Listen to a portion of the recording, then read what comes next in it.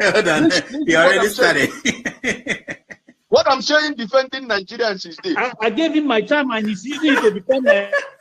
No, sorry. I'm sorry. I hope that Nigeria wins. I'm never going to wish any president evil so that I can say I told you so. No, I won't wish them evil. I hope. You see, I'm not praying. There's no point. I can't pray for Nigeria to be fine.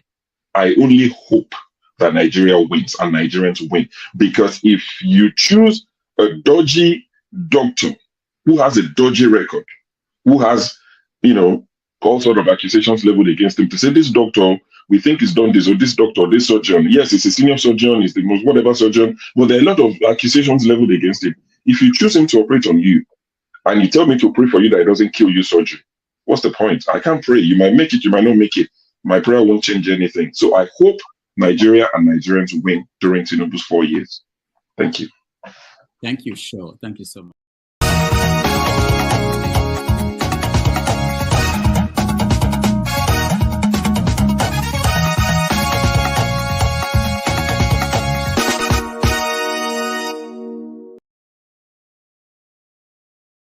Thank you. Thank you. Thank you so much for watching. Thank you. Have you subscribed? Yes, you. Have you subscribed? You. Yeah, before you go, click. It's free. Click. Just that's it. Have you subscribed? You are laughing. Have you subscribed? Have you subscribed? Thank you. Thank you.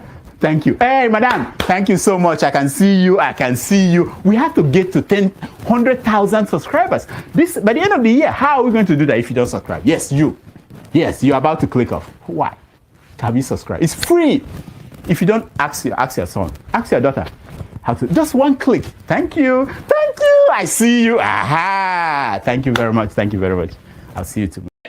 Blessed are those who know how much they need to know before they know how little they know. And I am ready to die defending Nigeria in whatever way. When it is God's time for us to go, it is And you no took more my going time to God. You are ready to defend Nigeria. I gave you my time. No, I'm coming. Alexi, hold on. He already started. What I'm saying, defending Nigerians is this. I gave him my time and he's using it to become a... No, sorry. I'm sorry. Alexi. 1,911,844,833 naira and 46. I'll take that again. 1,911,000,000 1,911,844,000,000 1 trillion. This money is too much for me. 1 trillion. I hope that is not on the record. 1 trillion 911 billion 800. Adam, are we doing well? Very well. Are you sure? We are grateful. We are good to go. Thank you very much. Insist. I hear me again? Insist that you are not less than any other man, because the entire idea of Western civilization was created on one basic biblical precept: the equality of all men. Politician told you that he's not a thief. Tell me one politician that told you that he's not a thief. Tell me one. I don't know why you're gathering forgery, no forgery. What politician told you that didn't forge? Which politician told you he went to university? Which politician told you he served in NYSC? Which politician told you he has a certificate? Nigerians know and still vote for them. So what's your problem? No, tell me what's your problem. So I say, why should I speak when already there's nothing new? Okay, you observed Buhari's period. I will leave Port Harcourt 1 a.m. I arrive Abuja, I leave Abuja 3 a.m. Somebody said they made Buhari. Did I say anything? I didn't say anything. It's not important. Nigerians choose who to believe and who not to believe. Nigerians choose who to vote and who not to vote. Even if you come to a Nigerian man's house and kill the mother, the father will continue his life. Nothing bothers you. Nothing. So why do I waste my time? Yes, that's the original. So give it to me. You see it? So that you won't say tomorrow he brought photocopies. But when we get there, that is when we're talking about Buhari's government. So there's nothing that our chairman said that is new. Absolutely not new. I've said this several times. I've taken so many risks. I've said too many things. The fight from Goodluck's government to Buhari's government, you all knew about it. My aircraft was seized. I was shot at. If I was killed, what would happen? Nothing. So you would die a useless life. So what did I choose? I chose to stay in my house quietly. Fortunately for me, I got admission to study in Nigerian law school. And rule number one is, like they told me if I came here, you are our property. You have no right to go anywhere unless we permit you. That's the rule in the Nigerian law school. So anybody who says, why have I not seen you? I'm a student of Nigerian law school. Until I graduate, I can't disobey them. So I chose not to speak again because there is nothing to say, and because Nigerians will do absolutely nothing. If you say it's a line up 10 Nigerians and shoot them tomorrow, and nothing will happen. If you say it's a in fact, the worst thing about Nigerians is that even when you claim you're not committing any crime, and they pick you up tomorrow, we said it is a thief, Nigerians will join. They will cross it, and you go to prison for nothing. The greatest fear I have is being found in prison for nothing. And you can be found in prison for doing. So, I don't want to repeat what I used to say before because you hold it against me. Those who are close to me know. We repeated yesterday. I will just only use one word. I won't use the rest. I say it's a hopeless situation. Is it a lie? So let's go a bit further. Let's go a bit further. You will be shocked that I won't talk about Buhari's government for two reasons. And I won't talk about President Tinubu's government. One reason why I won't talk about Buhari's government, I'm a participant, but they asked me that question yesterday. What moral reason do you have to criticize Buhari's government, having been part of it? That was the argument. I do, if I want to argue it. But again, that was a huge debate amongst us, and we are all agreed I should say nothing about the government. Press conference is occasioned by several allegations which have trailed a recent airstrike at Gidan Bisa and Gidan Runtua in Jericon Forest of Sokoto State. Residents, including the Sokoto State governor, had blamed the death of civilians on the airstrike conducted by Joint Task Force Operation Fansanyama, an allegation the Defense Headquarters rejected.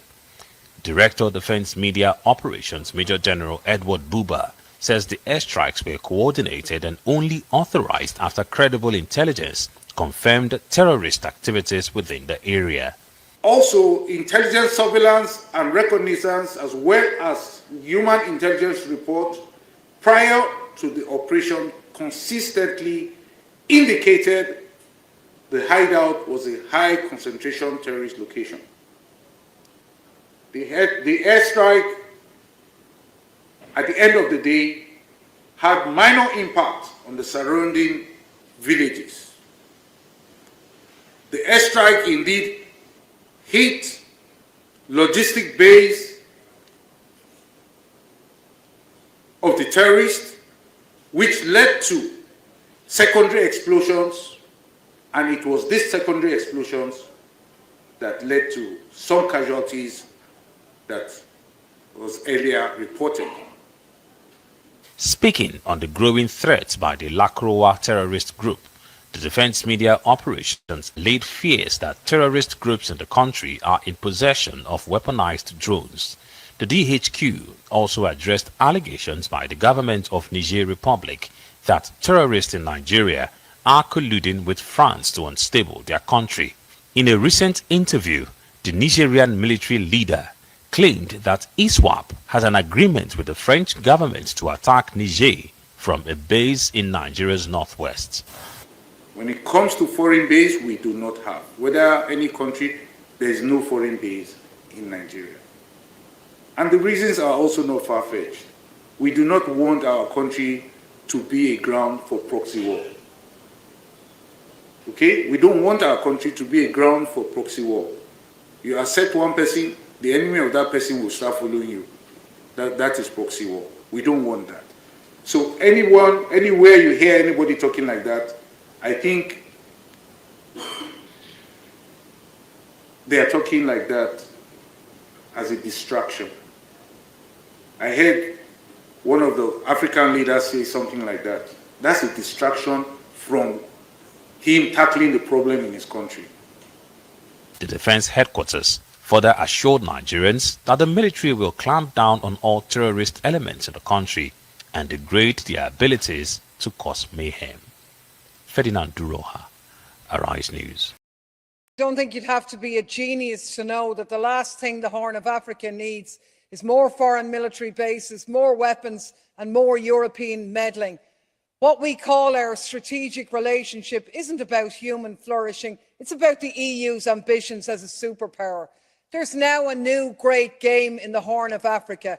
Greater and lesser powers are pockmarking the place with military bases. France, the US, China, Germany, Japan, Italy, Saudi Arabia all have a presence in the tiny area of Djibouti alone. Mercenaries are swarming in from all quarters. The entire region is being militarized. War is in the air.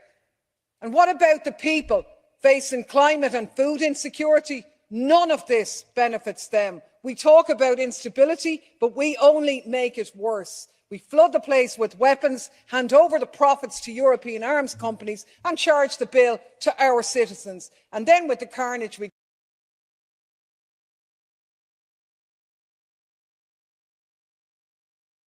That's a good question. That's a great question. I don't know what is wrong with them all. I don't know what is wrong with them. Somebody asking for where you do your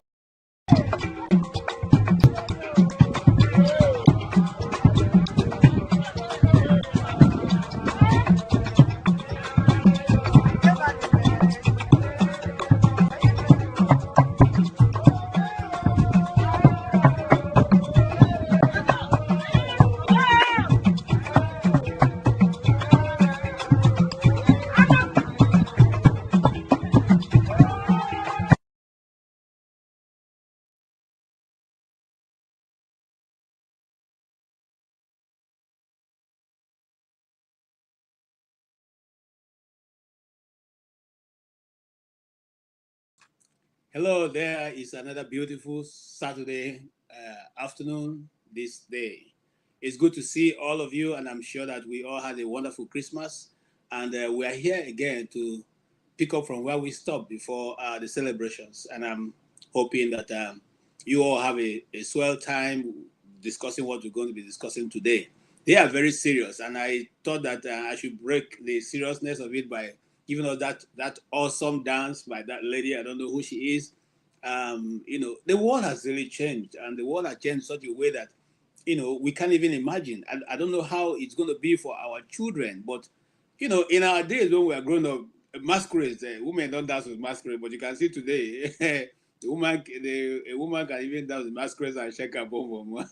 What a world that we live in. So on that faithful note, I want to say my name is KJ, and I'm standing in for, or rather sitting in for Dr. Rudolph, who is unavoidably absent today, and will probably join us before the end of the program. But if you are here with me, you hold tight to your seat and maybe get your cup of coffee and then buy me one cup of coffee also, so we can all get to ride together. On that faithful note, I say welcome to this program. Today we're going to be talking about a lot of issues, serious ones, and some not very that serious. And we are, like I said, or like we've already played before you, we have the Sokoto strike, civilian casualties that are many, including animals and all that, other stuff. We're going to be talking about the presidential media chat, which is the first ever since Tinubu became president over a year, and then we're also going to be talking about, is Sharia going to be also introduced to the western part of Nigeria? Because I've been trying to get a video. So show if you are there, if you can get a video of that young guy taking down the Happy Christmas, billboard. I would really appreciate it. And on that faithful note, I would say welcome. It's going to be a smooth ride, like I think it's going to be. And all those who are in the comment section, we welcome you. Those who will be joining us live, we welcome you. very soon I'll be putting up the link so you can join us and have a a very interesting discussion today. Mind you, like we say on this channel, ours is to throw the idea out there for African leaders and for African government to pick. We're throwing these ideas not because we don't have anything to do, but we're thinking, having been in a world, a Western world or other, part of Europe and other part of the nations, where government is held accountable. Nigeria will not be different. Africa will not be different. Ghana will not be different. Cameroon will not be different. Or wherever that country is, Niger, Burkina Faso, Mali, Sudan, all African countries, 54 of them, or 55 as the case may be, will not be different. We also need to hold our government accountable. We need to hold them accountable. It's not just speaking, and we will kick off with let us also kick off with this presidential media chat. I'll play a bit of it from Arise News. I give credit to Arise News for some of the clips we'll be using today. Majority of the clips are coming from Arise News, and we thank Arise News for going out there and asking some of the questions that Nigerians around the world would like to ask. Also for holding their own view in spite of government trying to shut them down or some government officials trying to intimidate them. They keep asking that question that needs to be asked. And I thank Arise News. I know the terrain they are operating is difficult, but they manage to ask some of the questions we would like to ask, and they hold the people accountable. We give kudos to Arise News. And yes, let's listen to this. It is distribution stampede. Quite unfortunate, we commiserate with you and the people of Nigeria. But what is the guarantee that the next Christmas and the New Year will be better for Nigerians? What is the guarantee that the average Nigerian will be happier by this time next year than he or she is at this moment? Thank you very much. It's a very serious and mixed feeling for all of us to lose loved ones, children, particularly in Oyo State, Ibadan, then followed by various other reports. But are we looking at it from organizers' point of view? Or are you looking at it from the goodwill gesture of the people trying to give out whatever they have ancestral? And it's very sad that people are not well organized. We just have to be more disciplined in our society. Okay. Condolences to those who lost the family members. But it is good to give. I have been given out foodstuffs, commodities, including envelopes and body loan for the last 25 years. I've never experienced this kind of incident because we are organized, prone to discipline, and if you know you don't have enough to give, don't attempt to even give or publicize it. Is the question. Now, every society, even in America, they have food banks. They have hungry people. In Britain, they have food bank. They have warehouses. They are organized. They take tokens to be in line and take turns to collect. It's unfortunate. We just have to. It's a reflection in our bus stops where we don't even want to be on queue before we rush into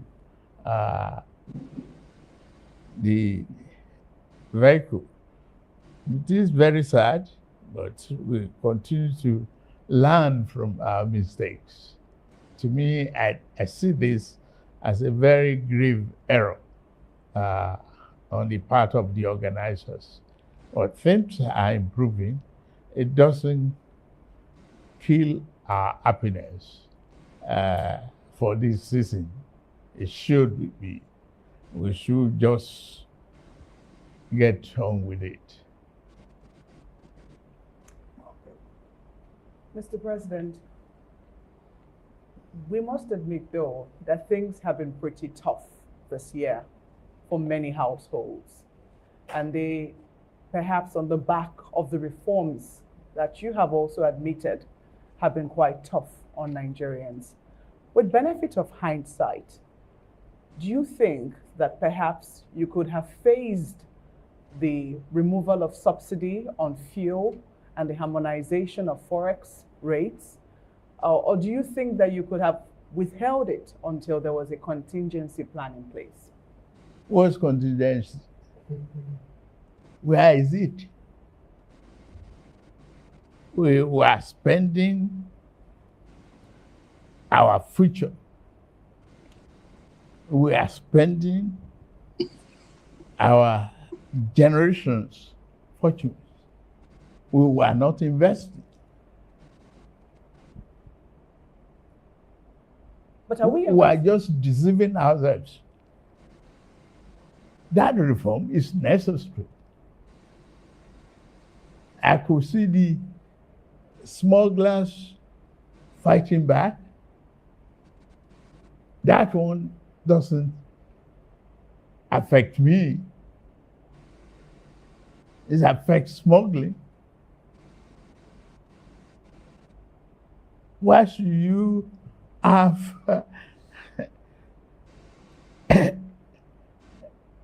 expenditures that you don't have revenue for?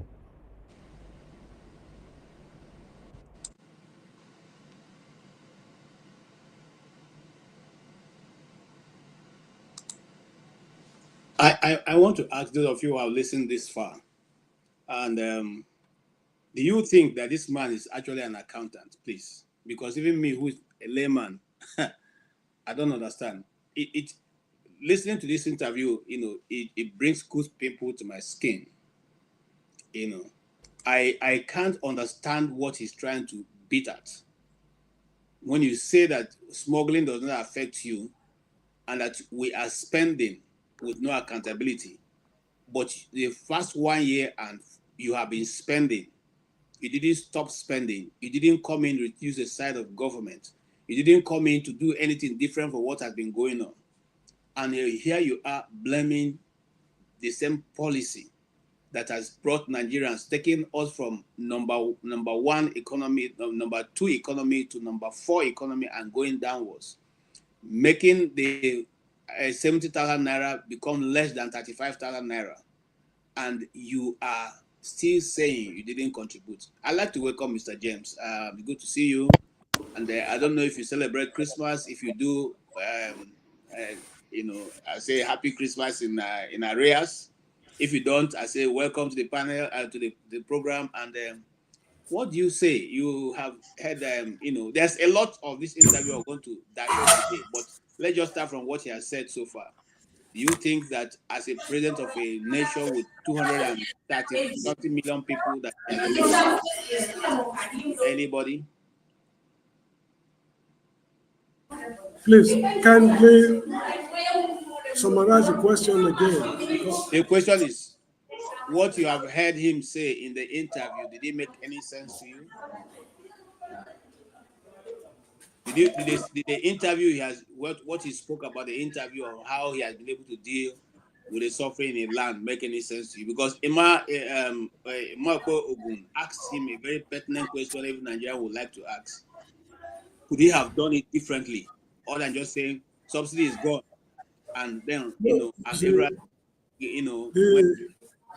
the plain fact is that we overrated this man. and that is the fault of the nation. We overrated him. I did not listen to his speech at all. I'm expected to listen to him because I'm one of his critics, but I choose not to listen to him. I remember some time ago, somebody, I think on this platform, made reference to the book written by Salman Rushdie, Satanic Verses. People were asking for his head because he wrote the book. But when the people were taken to task, have you read the book before asking for his head? They tell you, no, I don't need to read the book. They should kill him. So a book you've not read, you want the author to be beheaded. I think that's the situation I find myself right now. I've not listened to his speech because I know it's going to be unadulterated nonsense, destitute of common sense. Now, these were Nadeco people making noise in those days during June 12th Wahala. People thought erroneously that these guys would take us to the promised land. The question I'm asking now is that where are the other Nadeco people? Where is Wole Soyinka of all people? These were the people who turned Jonathan Goodluck's government upside down. Now, if you ask that, their supporters, they tell you Wole Soyinka is already 90. He has done what he should do during his youthful years. That he has left, handing the party over to us. But he's not senile from the best of, from what I know of him. So where are the Nadeco people? Now, you see, this problem is very difficult to analyze because Bola Tinubu has demonstrated beyond all reasonable doubts that he has no clue of how to run an economy. He's not an accountant from the look of things. If his academic qualifications is under, he's parading doubtful academic qualification, it is with reasons that people are taking him to task because he's not even talking like a university graduate. That's the whole show. Because I've listened to just a few clips of the interview. Some people analyze on YouTube, and I could not make any sense out of what he was. Is he afraid with the consequences of what is wrecking on the nation? I'm in doubt. And the good side of it is that future generations have got a lesson to learn from what we are going through right now.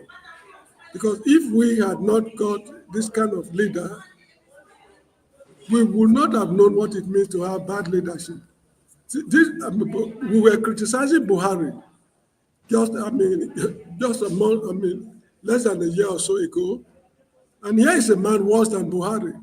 I remember this man, Adeshina, saying that we will regret ever, missing Buhari. Adeshina said something like that. But he is correct because is this man a graduate to start with, let alone being an accountant? Is it true that he worked with Mobile, petrol station, a petrol or whatever they call it? So, frankly speaking, Nigeria is finished. And I'll be telling people, this is the time for us to start thinking of post-Nigerian republics. Different sections of the country who feel they have certain affinity with each other should come together to map out the strategies of how to form new republics in order for us not to find ourselves in the situation Sudan is grappling with right now. This is very important because I'm sure your next topic is going to be the problem between Nigeria and Niger. From the look of things, Nigeria is going to turn to a battlefield. A battlefield is already in the offing. And before that time comes, I think people should start thinking of forming new republics because the center can certainly not hold anymore. So I think that is a very little I've got to say. Thank you very much. Thank you so much. Okay. Jonaba, you're welcome. And Femi, you're also welcome. My brother Jonaba, I'm sure you have a lot to say because you came in your combatant uniform. So today you are ready to, go to war. Let's hear from you, sir. Good evening, KJ, Mr. James, and Femi.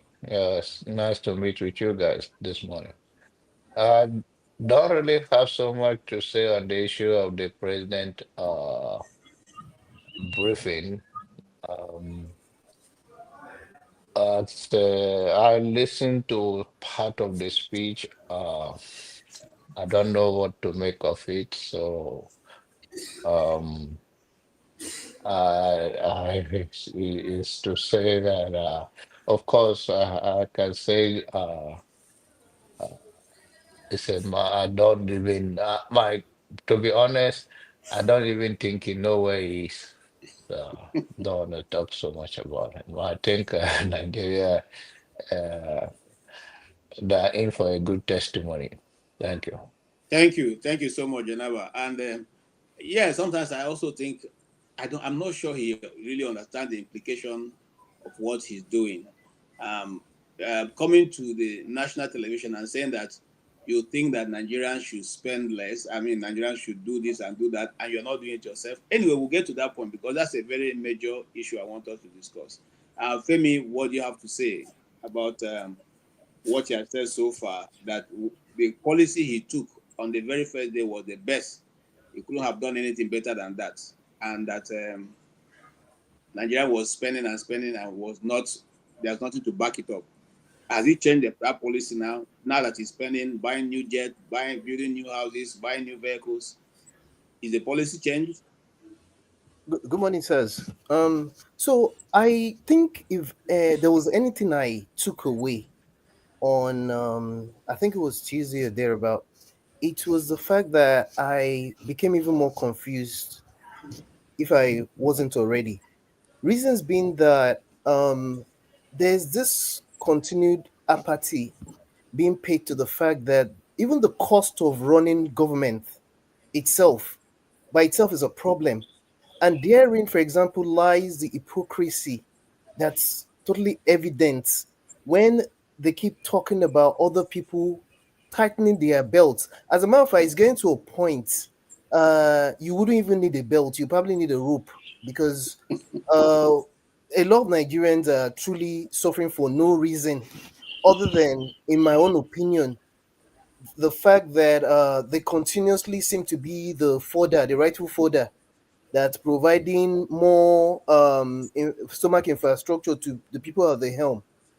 I don't have much to say, honestly, other than I just feel that they're just throwing all kind of manner of things at the problem that they themselves created, trying to see what will stick. And it's unfortunate, especially when you consider the fact that the case of the NNPC as an example, till tomorrow, they don't have any reasons that they do not want to probe the NNPC for good reasons, at least on their behalf. They don't even want to have anything to do with talking about Abba Kyari. I don't know what they're saving. I don't know what cost savings they've saved since they took away this subsidy. Otherwise, have you not lost count of how many times you've actually borrowed money since this man came to power? What happened to these cost savings? I don't know. Anyway, thank you so much for your initial statement. I want to let you know that the monies borrowed have been spent, and we keep spending, just like he said, and we will spend our children's future and then spend our grandchildren's future. Mazi Prince, you're welcome. Yes, Dr. KJ, good morning. Yes, sir. Can we have your initial? Well, I think everyone has spoken well. Pretty much, the interview was a sham to me. It didn't make any, it doesn't change anything. He is adamant and he's going to do what he wants to do. That's what it means. And him talking about the one that really kind of like strikes me most is when he said that borrowing is not a crime. Yes, we understand borrowing is not a crime. However, are they borrowing to execute projects, or are they borrowing just for their pockets? They share and all that kind of a thing. And him commending the FCT minister, it goes a long way to show you that they are all, I don't know, I don't want to call them unpretendable names.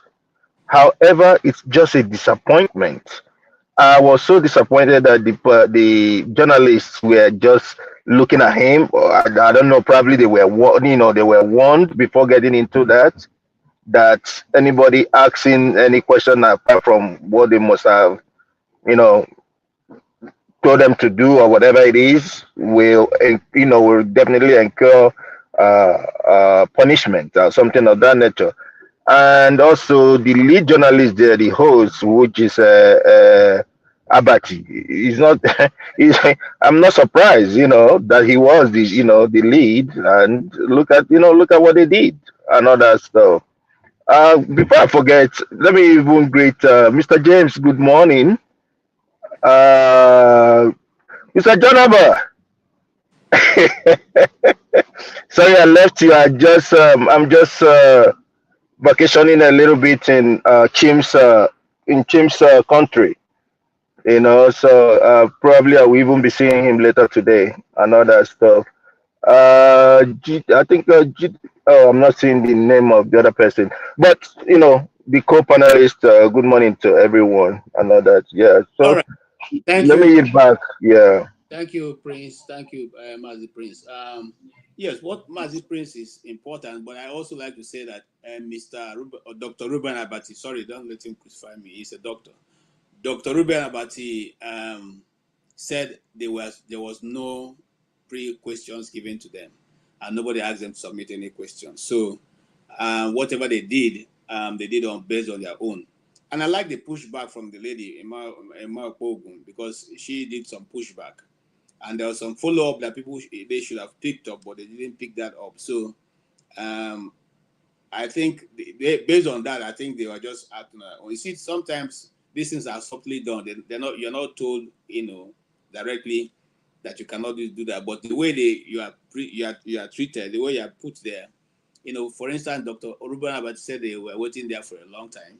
So they make you get tired and you just want to do the interview and get away. That's what they make you, you with the initial enthusiasm you came in with will have died out. You are tired. You just want to, finish and get out and go to your family. So that also helps to demoralize you and just allow you ask any question. Anyway, we'll get on to that. Here comes electricity. And everybody loves electricity. You are welcome. We all do love electricity. That's why we're in the West.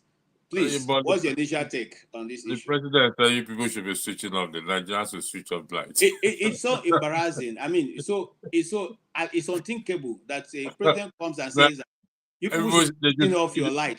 That don't exist. I don't understand it. If Jonaba decides to leave his light on for 24 hours, is he not the one picking the pin? Does he have to switch it off to Good morning, good afternoon, good evening to everyone on the panel. I listened to it. Like you said, the lady expert is the only one I picked up in the. I think I will give her credit for her questions and the way she asks. And it's a shame, like I said again. But let me be honest with us. I give it to the president. It will shock you all.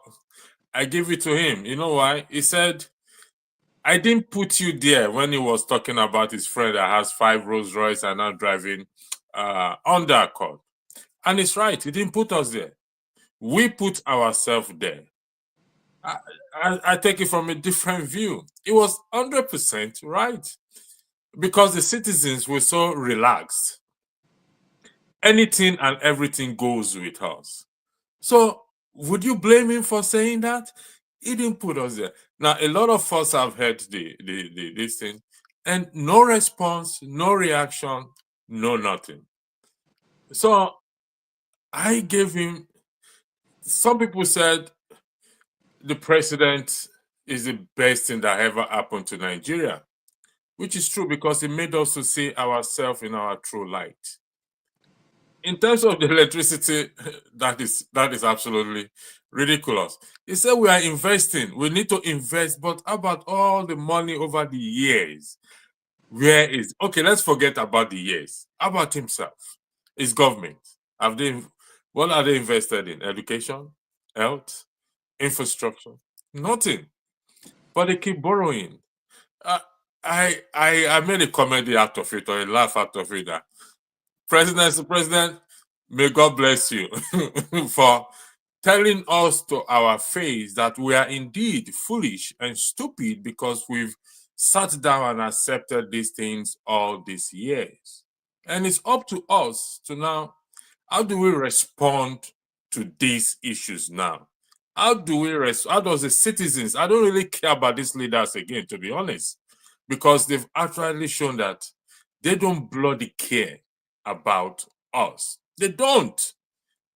That media, this thing, in my this thing, is a failed damage control. What they want to do is to apply damage control, which we all can do. We all have done it. I have done it. Okay, this thing has gone bad. How do I do a damage control? But it's a complete, utter failure of a damage control they put out there.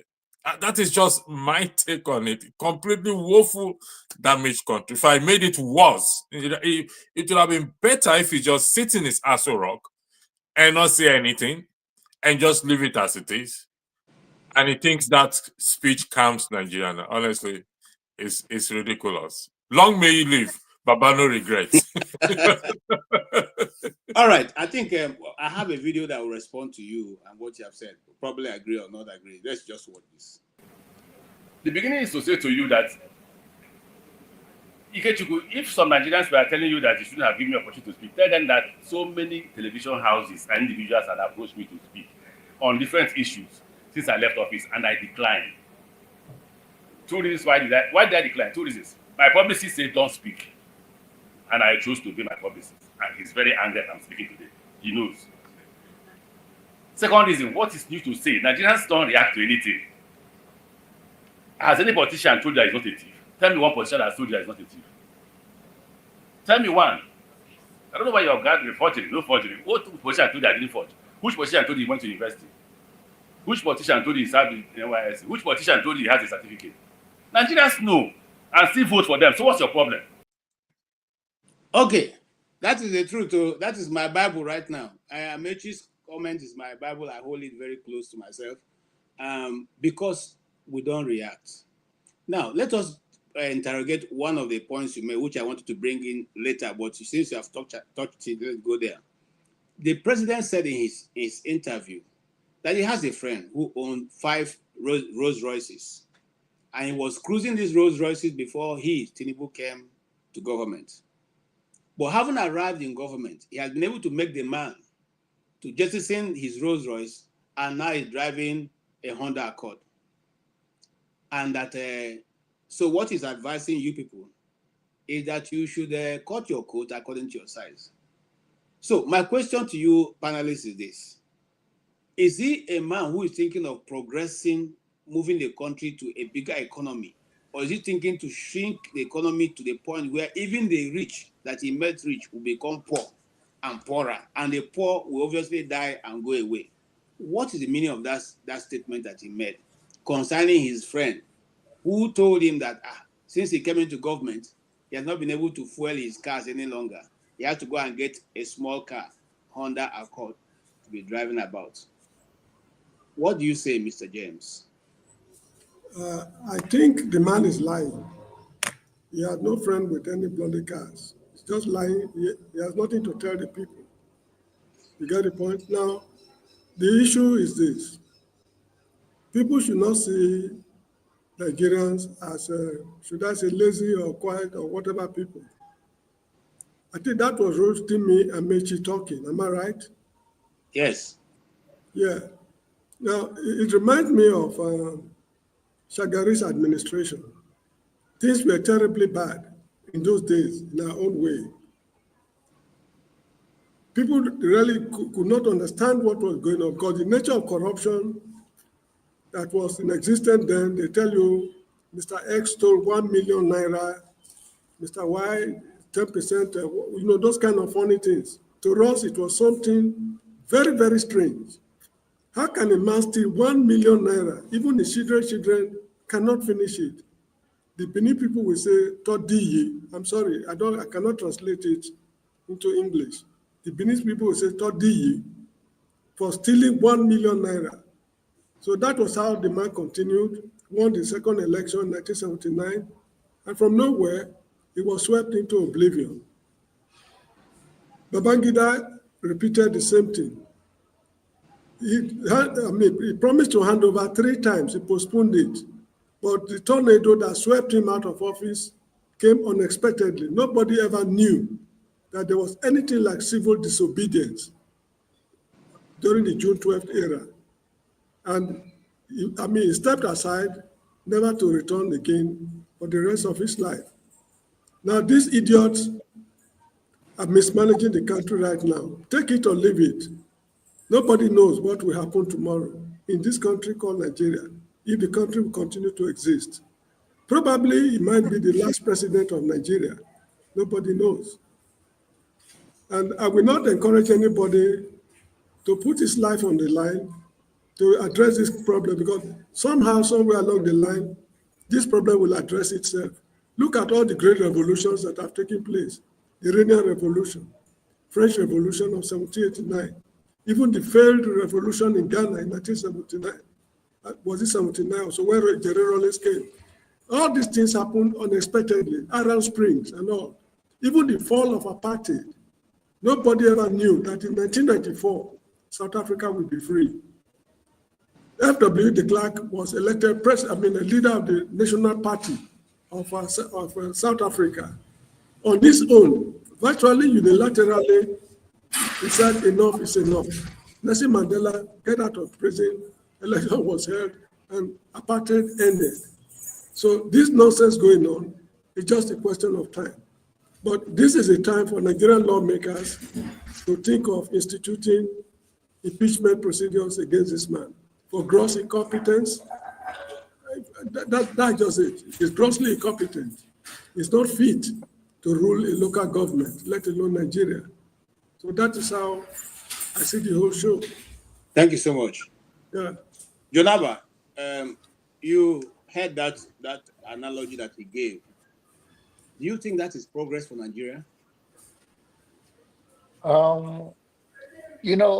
If you work with psychologists and psychiatrists, they will tell you that when people are aging to a level, people, let's say James is a professor, I don't know whether major in English, just like now he calls something in his language, but he cannot translate it to English. What am I trying to say?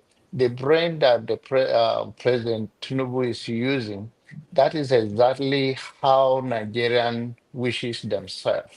That they always have mindset, I better pass my neighbor. What a man that have Rolls Royce and it never exists. It's a talking point created because Nigerian will be happy with that. That we are all the same now. That they never exist. What he's trying to say is that the nature of Nigeria is that to see somebody up and down. Who have 5 Rolls Royces and he will not sell one and have a gas for the other one. In Naira is a multi-millions. So there's nothing like that. It's just the way Nigerian wish themselves. And that is why they steal money for themselves that the next generation will not even know where the money will rot in. It's all about the greed and to spin the talking point that Nigerian will be happy. For instance, something happened, they'll say, oh, it's the will of God. That is the whole, they will talk to what the people believe. They know that many Nigerians will be happy to hear that because we never wish each other progress. But under your watch, and you say these things, it's because that is who you are. You just think about yourself. You never care about any other person. But that thing never exists. You should bring that person and show us and tell us this is the guy. These people, they wrote all of the things for him. He cannot even read it clearly. Like I said, when you get to that level, when your brain is deteriorating, that is what they say. It's whatever is in their mind. At that point, they will not lie again. They just speak who they are. If they are good in their language, that is what they will use to describe whatever is playing in their brain. I don't even believe you know where he is. All right, thank you so much, Janaba. Your last statement always makes me laugh. Okay, I'm coming to you, Femi.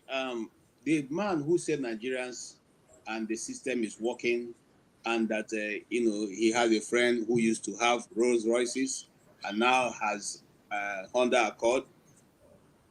Will you say the man who has bought a new executive jet, who bought escalators as his, and that is custom-made escalators, and built a vice presidential house, has bought a yacht, has equally not reduced his travel entourages, and is almost everywhere a week don't pass that he will not travel out of Nigeria. Will you say that that man is living according to what he has told us on the media chat, or what he wished for Nigerians on the media chat?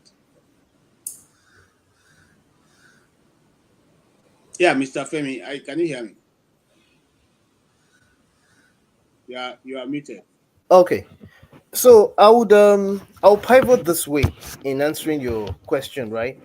So I never knew, and you would know this better than me, Mr. KJ. I never knew that there was a time when Nigeria actually loaned the IMF some monies in the 1970s. Yes.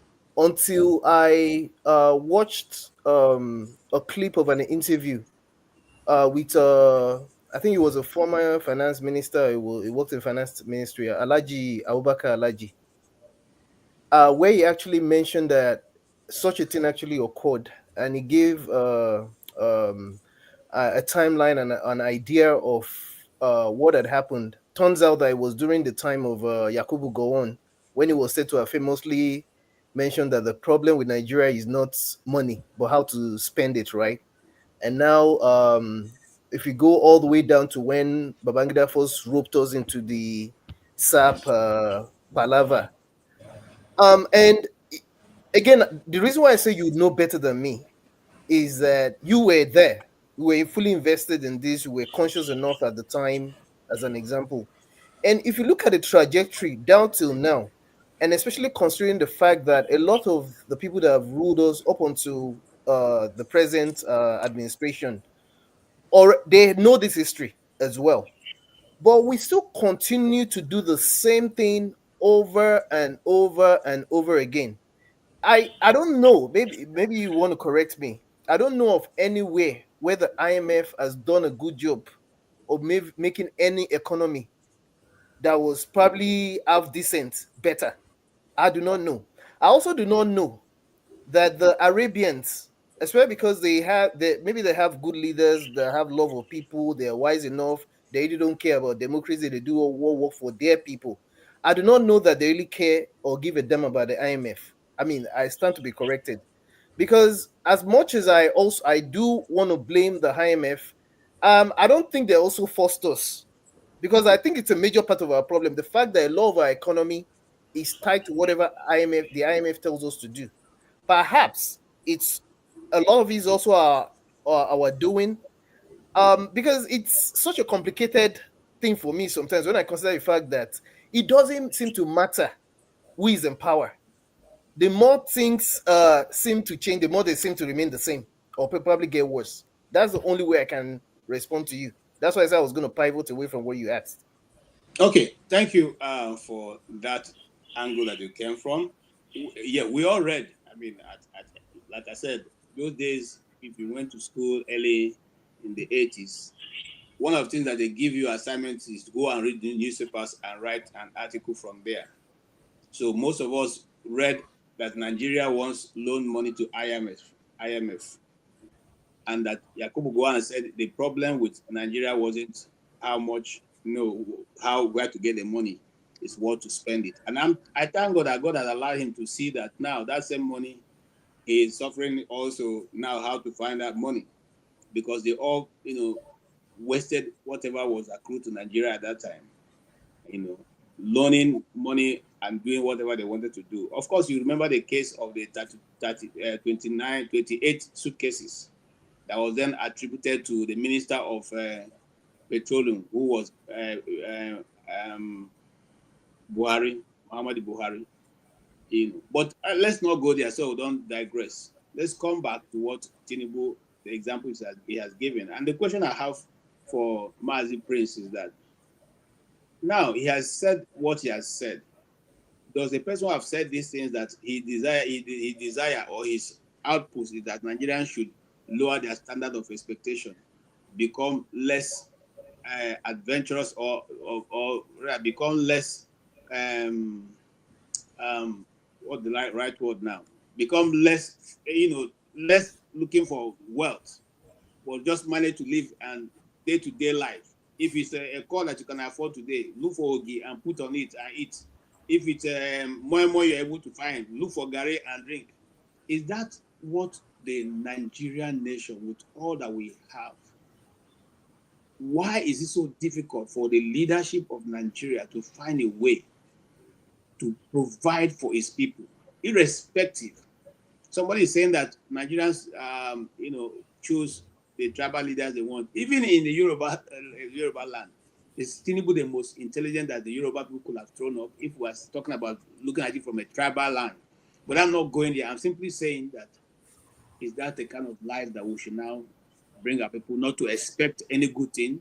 If we see Rolls Royce, we should ignore it and go for B2. If we can't see B2, let us leave it and ride Keke Napep. If you can't ride Keke Napep, look for bicycle and wheelbarrow to carry your people along. Is that the life that in this time? And is that does that make any sense? KJ, for me, right? It's kind of like it makes you think, what kind of a man derives joy in belittling his friend? Because whatever he said there, it's a belittlement, kind of like telling us that the friend who used to own what do you call it, Rolls Royce, and all of a sudden driving Honda. What is wrong about Honda? Is it not a car? But at the same time, you will think, what kind of, this person we're talking about is a president. He's a so-called president. And when he was saying it, if you look at the smirk on his face, you will know that this is totally wickedness. I align myself with what Mr. James and Mr. John Abara had said earlier. To me, it baffles me why somebody wants to lead a nation with lies and propaganda. I would like to know that his friend. I really want to know that his friend that he's talking about, because the last time I checked, Nigerian elites or the oligarchs or whatever you call them, they're still driving their cars, they're still moving around with security, with all impunity. Even himself. Last Friday he went to Lagos and it was total shutdown. You can't do that in Western world. Some of us here are from UK, US, and other stuff. Biden cannot come to California and the places are shut down. They don't do that. And he doesn't even have that much car in his entourage. But from the last time I checked, I was told that Tinubu moves around with 60 cars in his entourage. And he will come on live television to say that his friend who used to, move around, or who owns a Rolls Royce, is now driving a Honda. It shows that the economy he's putting Nigeria into is just a disaster. Like I said earlier, I don't want to call him, uncountable name, because it's not going to change anything. But one thing, because I know his followers, they watch this. One thing he should know: if he thinks he has conquered Nigeria, he had not done anything. He had not done anything. He's still, as a matter of fact, this is just the beginning. Thank you. Thank you. Electricity, your last take on this issue before we move on. Yeah, thank you very much. Let me circle back towards Mr. James. Mr. James, good morning. I mean, we've not spoken for a while. Yeah, good evening. Good evening. I want to circle back to what you said in terms of your admonition that people should not sacrifice or lay their life down for Nigeria. I have to disagree with you on that admonition, because I think if for the love of the country, anyone feels that they want to pick it up and steer the mind of the people to that extent, then so be it. Because if we say, okay, let's sit down and wait for the next generation to come and take from there, that would be that's likely not to happen. I'm not an historian as you are, as knowledgeable, but if I understand very well, in South Africa, the people fought against the appetites. A lot of people died. Mandela was in prison. And so we can't say, let's fold our hands, except if I'm not getting you right. We can say, okay, let's fold our hands. Yes, nobody wants to die. That's just the truth. We don't want to. But I think, let's say, for example, the example of the recent Dele Farotimi saga, exposing the corruption in the judiciary. That could have led to his death. But at the same time, it exposes a lot of things for us to see and to know. And if the citizens decide to respond to that, then it's a good thing for anyone to do. But for us to say, let's just fold our hands and do nothing, and if anyone chooses to do that, like I said, maybe I'm not getting you right. If I choose to do that, or John Abba chooses to do that in his military uniform, to say, okay, I'm going to carry gun and to salvage the situation, I think we should not, on my personal view, we should not discourage anyone, because the state of the nation is in shambles. In respect to the president and his friends having five cars and not driving under, whether he's telling the truth or not, I don't know. But the reality on ground is, I was talking to my cousin 2 days ago. He works in Shell. It's one of the big Shell. He said, listen, the reality on ground is, some people who can afford to fuel their car before, who have money, struggle to fuel their car now. Now, they may not have 5 Rolls Royce. They cut down their outing. They cut everything down. But that is not the way it's supposed to be. The president is, like I said, it's not, whether it's out of touch, whether it is wickedness, but whatever it must have said there, they're all shambled. It's a slap on the face of Nigerians. I have to be honest. Particularly, it's a switch off your lights. For crying out loud, I have to switch off light where there is light. There's no light, so what do I switch off? We're charged for paying that. We charge for darkness, not for light. I mean, I go to Nigeria. So nobody come and tell me. Maybe some areas nobody will say that we should. Look at me here. I have light here 24/7. I have to switch it off so that I don't I reduce my electricity bill. But don't come and tell me to switch something off when it's not there. It has to be there for me to switch off. And I just say, I don't look at it and say, okay. Those who say the president is the best thing that has happened to us, I agree with them. He is Baba no regret. Thank you, Mr. Okay, thank you so much. I think Mr. James wants to clarify. Maybe I got him wrong. Mr. James. Yeah. Thank you for the very civil way you put it, instead of raining insults on me. Thank you so much. I will never.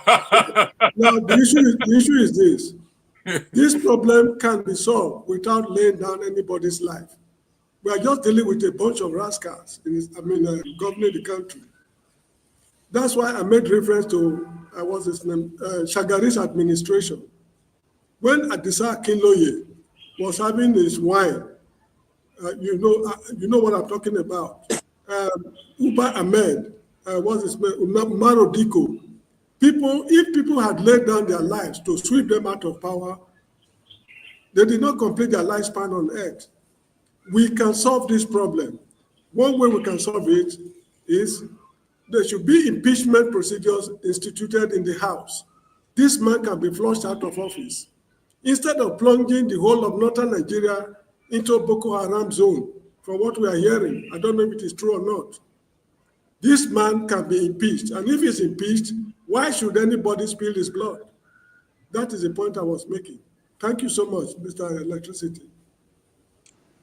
Okay, Electricity, I don't want to go back and forth, but you have No, just... I'm not going back and forth. Okay. Mr. James, Akpabio and others can never, quote me on this, can and will never impeach the president. It ain't going to work because they work for him. The people will take over the streets. Okay, thank you. Thank you. Then we now agree. Thank you. Let's move on. Let's move on. Thank you. I appreciate the contributions that you have made, and Mr. Jensen, your angle is very interesting and important. Now, listen, I agree with Electricity, because they all know how they found their way there. So they're not going to, do anything to rock the boat. Rather, they are ready to sit in and take the whole of 8 years and steal as much as they want to steal. But having said that, I'll move to Victory. I wanted to move to another topic, but since you guys have come, I want to give you an opportunity to also make a contribution. So Victory, go ahead. After that, I'll come to you, Wale. We are welcome, and I hope you had a great celebration. Yeah, thank you, KJ.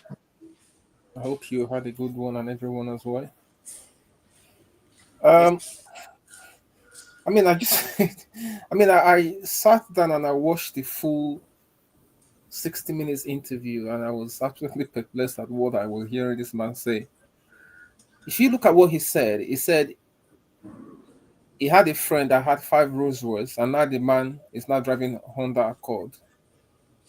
So what this man is saying that I'm deliberately making the people poor.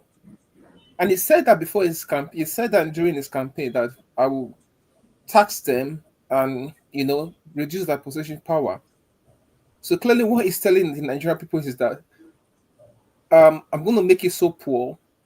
So if somebody that just the ordinary man that drives Okada in the street, if somebody that has a Rolls Royce sold his Rolls Royce and is now driving a Honda, what would have happened to the man driving Okada? That means the man is they are literally dead. So people are literally dead. That's why you can see what happened over the last few weeks. Stampede. People are scrambling for food. So the poor man in Nigeria, or the average man, is literally dead because there's nothing for them. And then he said something is that what made me laugh. He said, "Don't push me to my bragging mode." The last 3 months, I didn't take anything for NPC. And I was looking at the journalism, people that was interviewing him. No serious pushback. Tell us how much you've saved since when you removed subsidy. Where have you applied these savings? No, they didn't bother answering, no question. It was just like, I couldn't believe what I was hearing. They asked him about the tax bill. That was an opportunity for him to tell us the importance of that tax bill. What would that bring to the country, the money, and how it will make the country more productive? He didn't even say anything. So, and I think that I think a lot of Nigerians, they suffer from the perversion of the mind, meaning that their mind is twisted.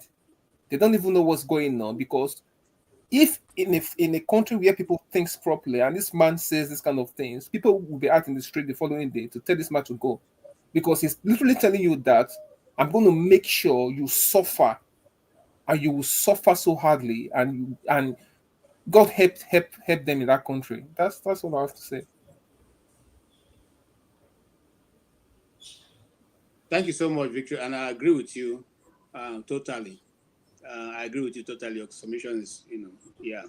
I sometimes when I was watching him, I was having goose pimples from what he was saying. We are talking to 200 million people. Let's even remove the 30, and nobody is saying anything. And the next day, life continues, and then they will tell you those in diaspora should come and fight for them. Wale, are you ready now are you getting ready to go back and fight for them? Father, I'm coming to you after Wallace finishes. Oh, Madam Gladys, I see you. Welcome, man. Yeah, Wale, go ahead, and then we'll come to Madam Gladys before going to our Pata forefather. I greet you, KJ. I greet everyone. Sometimes I feel like I don't want to come here and talk, because to me, I just feel like, yeah, it's really good when we talk about things, but there's never a solution, and I don't think there will ever be a solution. Number one, the people we are even fighting for, I mean, Nigerians, they are not ready. Nigerians are not ready. Nigerians love their way of life. They party. Let whoever want to be there, be there. I'm sure even Nigeria have 24 hours electricity, they won't like it. Trust me. I think there's something about that country and the people that they just don't. I don't know how to say it. Somebody said if you take US or UK or any developed country, swap Nigeria over to that country, give them 6 months or 6 years, everything will be upside down again. That country called Nigeria will be like a paradise, and the so-called Western world that you bring all the Nigerians that are in there now, they will turn it to all the portals or the cables. Hurricane will blow the cables away. They won't repair it, and it will turn to another jungle. So I don't know if it's something wrong with the people themselves. Now, moving forward, when you ask about what the president is about to say, have we all forgotten? Have we all forgotten? Why are we expecting something that, I mean, I don't know. Can you plant a maize and expect yam to come out? Let's forget talking about these. Okay, well, I don't want to cut you, but you remember that the selling point was he built Lagos now. Oh boy, why they want KJ. The selling point was that he built Lagos. Sorry, I keep calling you KJ. That's disrespectful of me. No, Mr. okay. KJ or Dr. KJ. No problem. See, if you let anybody deceive you at this your age, say somebody build somebody, I'll be like, I beg, go and use soap, wash your face now. Who build what? Have you not heard about Jack on Day before the time? Have you not heard about Mba? Wale, don't blame me. You are saying that to the Gen Z. That was a campaign strategy. He built Lagos. Anyway, I'll come back to you. Hold your thought. Wait, I have something to ask. I have something to ask Mr. James. Please, if you allow me, just 30 seconds. Mr. James, keep thinking about this. When the Queen Elizabeth, the one that has gone, well, Queen Elizabeth too, when she came to Nigeria and all the kings went to meet her in Kaduna, the king of Ida, in Igala, whatever they call it, refused to shake hand and to bow for the queen. I don't know if you are old enough to remember what happened. No, I was not born then. Really? I was preparing to come. Okay. Yeah, but I know the history of what happened. So you know this. Thank you. What do you have to do with that? What does that have to do with what do I have to do? It shows that we've lost what we call our culture. But you remember that the same king was they collaborated to kill him. You forgot that. Exactly. So it's not today we started having. It's not today, but I'm just trying to say for those who don't know history that we have our tradition really, really, respectful. But when we start, forgetting the good things about our culture and we start taking the Western, like the democracy, IMF, and all those stuff that we are taking in, we are allowing the looters. When you see Mr. President, you are taking us away. All the entourage, are they ghosts? No, let's just remain on the topic. Let's not go there. All right, Madam Gladys, you are next. You have heard the interview, and our good president says that those who used to own 5 Rolls Royces now drive only small tuke as a Honda Accord.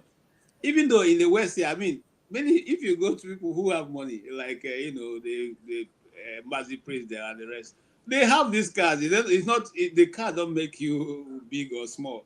However, he has given an example that small tuke as in Honda Accord is what the man now drives, since he cannot no longer maintain his 5 Rolls Royces. And that's supposed to be progress. What do you say? What do you say? And then if there are other parts of the interview you want to also bring in, you can also do that.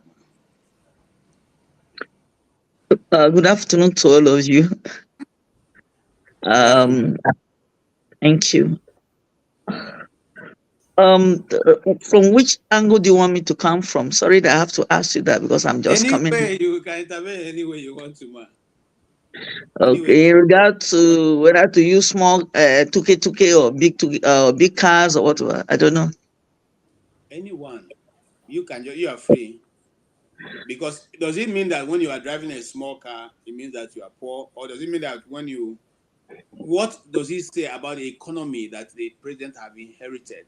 Seeing the people who, okay, let me be more specific. In the Western world, the president can say, when we got into presidency, our government started, they were 10 millionaires, but we are now able to increase them to 100. We are now able to provide this level of work. People are now better, they are better feeding themselves, they are better housing. Young people are buying houses and living life the way they call it the American dream, to just cut it down. Now, your president is saying that in his own time, it's better for you to go from what you used to have to having nothing, and you'll be better for it.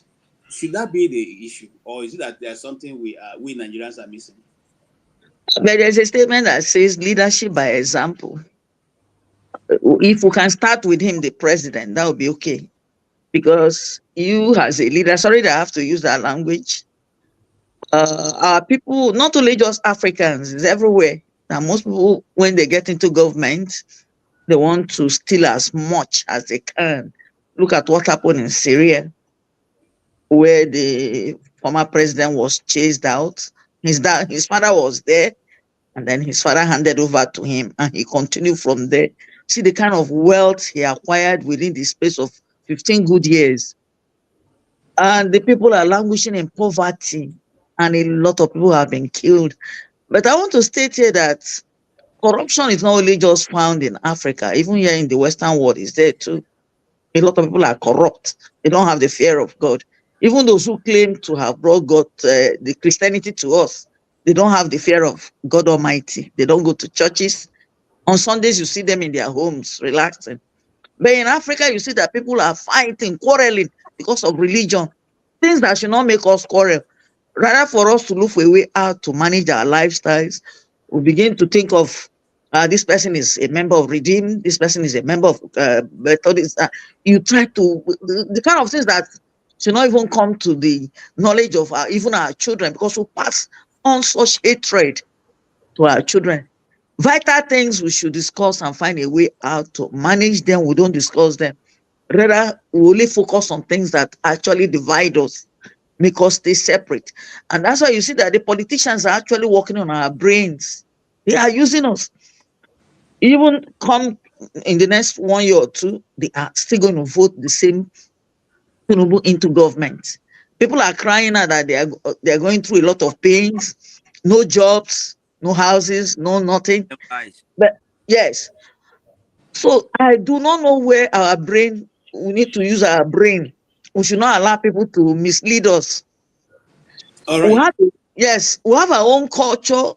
The culture that we have, we don't even honor it, we don't respect it. But you can see that the Chinese, they hold strongly to what they have. They don't want to change any of their stuff.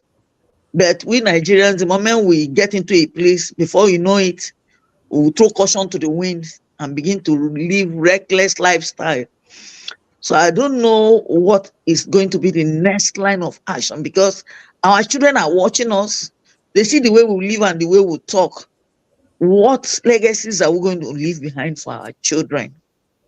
Is it that the legacy that we're leaving behind is that we have stolen so much money and we're passing over such money to our children? We forget to know that there is law of karma. When they talk of law of karma, people will say nothing like that. There is law of karma.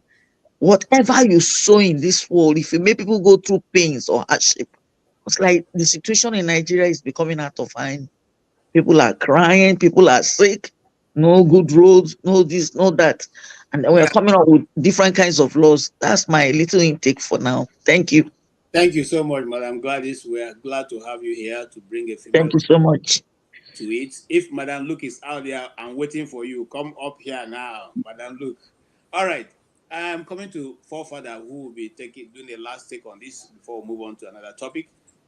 Forefather, you have been listening so far. You've been in the background. What will be your concluding thought on the discussion so far?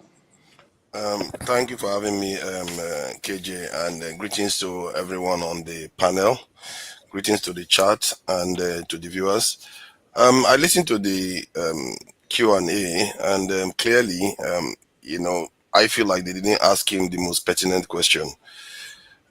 which was if they had asked him what is the cost to the Nigerian economy for floating the currency versus defending it, and that would have been interesting to hear him answer that, because what he did damaged the Nigerian economy greatly.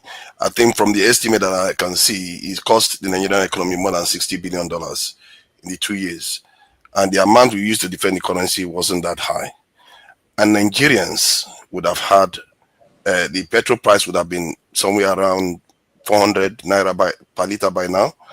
And if you also take into account that he actually took out the subsidies, which means that $10 billion that it cost to subsidize the for fuel goes away.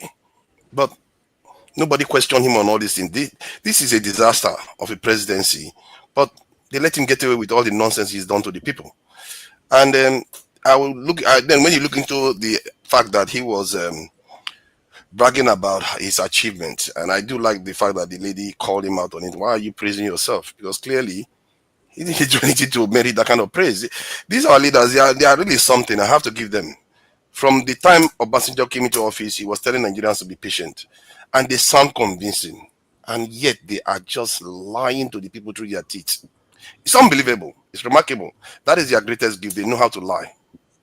And then one other thing he said that I found interesting was about corruption. They asked him about corruption. He was like, we just recovered this excellent property that somebody stole. Somebody stole money. You're calling the property excellent. And that is the only thing he's done for corruption so far. That's according to him. And there is nothing. And what are you doing to that person that stole all this money? If somebody is responsible for stealing billions upon billions of naira, or billions of, maybe even maybe hundreds of millions of naira dollars from the Nigerian economy, that person probably resulted in a lot of people losing their lives. But they will get away with it. No, you won't even hear their name. This is the problem with Nigeria. Things will happen and nobody holds anybody accountable, and people get away with it. And then he went on to talk about security. He said it's about equipment and all that. This is a man that came into office to tell us that he's going to recruit into the security forces. The police are not recruiting because they are busy arguing. The military generals are complaining that they don't have manpower. They are complaining that foreigners are recruiting terrorists. Our general, our chief of defense staff, was talking about it just last week. That all these NGOs and all the rest and terrorists are being sponsored in Nigeria. And nothing is being done. Did you hear him? And nobody held him accountable for all that. Then when they asked him about his cabinet, he was like, whether he would reduce his cabinet. He said no. Out of everything that he said, you can easily dismiss all of them. That one, the argument he made there was quite interesting. He said, I won't give anybody the job that they cannot do. And I don't know how to dismiss him on that. Because if he's employing these people because they are so useless that you have to give them such a simple job to do, otherwise they will implode. And okay, the question now is that, can you confirm that these people are performing? Does anybody see that all these people that he has employed, and he said he cannot give somebody a job that they cannot do, are they performing? I don't see the performance in Nigeria so far. So if you look at it either way, I don't think he was held accountable. There are so many things that he said, and they asked him about the Nigerian economy, that the GDP has reduced by almost half. He said he doesn't use dollars, he uses naira. Wow, this is what we are dealing with. Nigerian economy is an import dependent economy, whereby most of the stuff we use in terms of in Nigeria, quite a lot of the things we use comes from overseas. We buy them in dollars. Then it's like the whole thing is a shambles, and nobody. I don't know what kind of journalists those people are. Whether they are not engaging in serious intellectual exercise in terms of understanding the state of the nation. But none of them ask him any pertinent question. He would be there saying the Nigerian GDP increased, that the Nigerian GDP increased, but nobody asked him that the GDP that you are saying is increased in naira, but not in dollars. Which is where that's what truly matters, because it affects Nigeria's ability to purchase. But I will leave it at that. I just think that the whole thing is a shambles. And Nigerian journalists, they didn't edify themselves that day. But then that is Nigeria. That is what we have until our people get tired enough get fed up with this type of leadership, you know, they will throw these people out. I saw a video of yesterday. I don't know whether it was I don't know where I saw the video by a northerner. I think he's a university this is lecturer or something, academic guy. He was furious about what was going on in Nigeria. He said, how is it that, and his voice elevated when he got there. He said, how is it 500 cattle will disappear and Nigerian military, that they claim that they are northerners, the chief of defense staff is northerner, this one is northerner, and they don't know where it is. 500 cows disappear. That something is wrong in the establishment. And this is a problem that is facing the entire country, and you see the president crowing that he's doing a great job. But then again, journalists, it's up to them to hold him accountable. Thank you very much. Thank you so much, Father, and we'll move on. Actually, I think, having worked in the environment they are working, sometimes it takes people, and that's why I still say I dog my cap for more quite open. Sometimes she tries to stand, against the tides, and despite, she was able to ask, at least hit back, which is what makes journalism interesting. If you go sit before somebody and you cannot even put what is happening in the person's government before the person, I don't know why then you could as well mount the cameras and you could go and you talk to the camera, and when you finish, you take it and edit and post for people. But however, this is being his first interview. Let's hope that they will give more interviews. But let's move on really quickly. And I thank all of you who have made comments on the comment section. I read some of them. When I think we need to take your question and ask to the panelists, we will do that. But we appreciate all your contribution. I read them. At least I try to read some. Thank you so much. And now let's move forward. You see, there have been an issue that I've been, looking around for a while now. This is not the first time it's coming up, but this is the first time it's gaining traction. And that's the action between the Nigerian government and the Nigerian. Now, it's not the first time I say that, because there have always been these cross-border clashes between Nigeria and Niger and the Chad for a while. But this one now has become more intensified because the president or the head of state of Niger went on national TV and said that he is suspecting the Nigerian government is using France to destabilize his country. And Nigerian government officials came out strongly to say it is not true. However, I don't want to tell the story alone. I think we'll have a video here. Let's watch that video and see. One or two videos, because first of all, we'll play the video that is talking about that. Then we'll play a response from an European Union official talking about what's going on in Africa.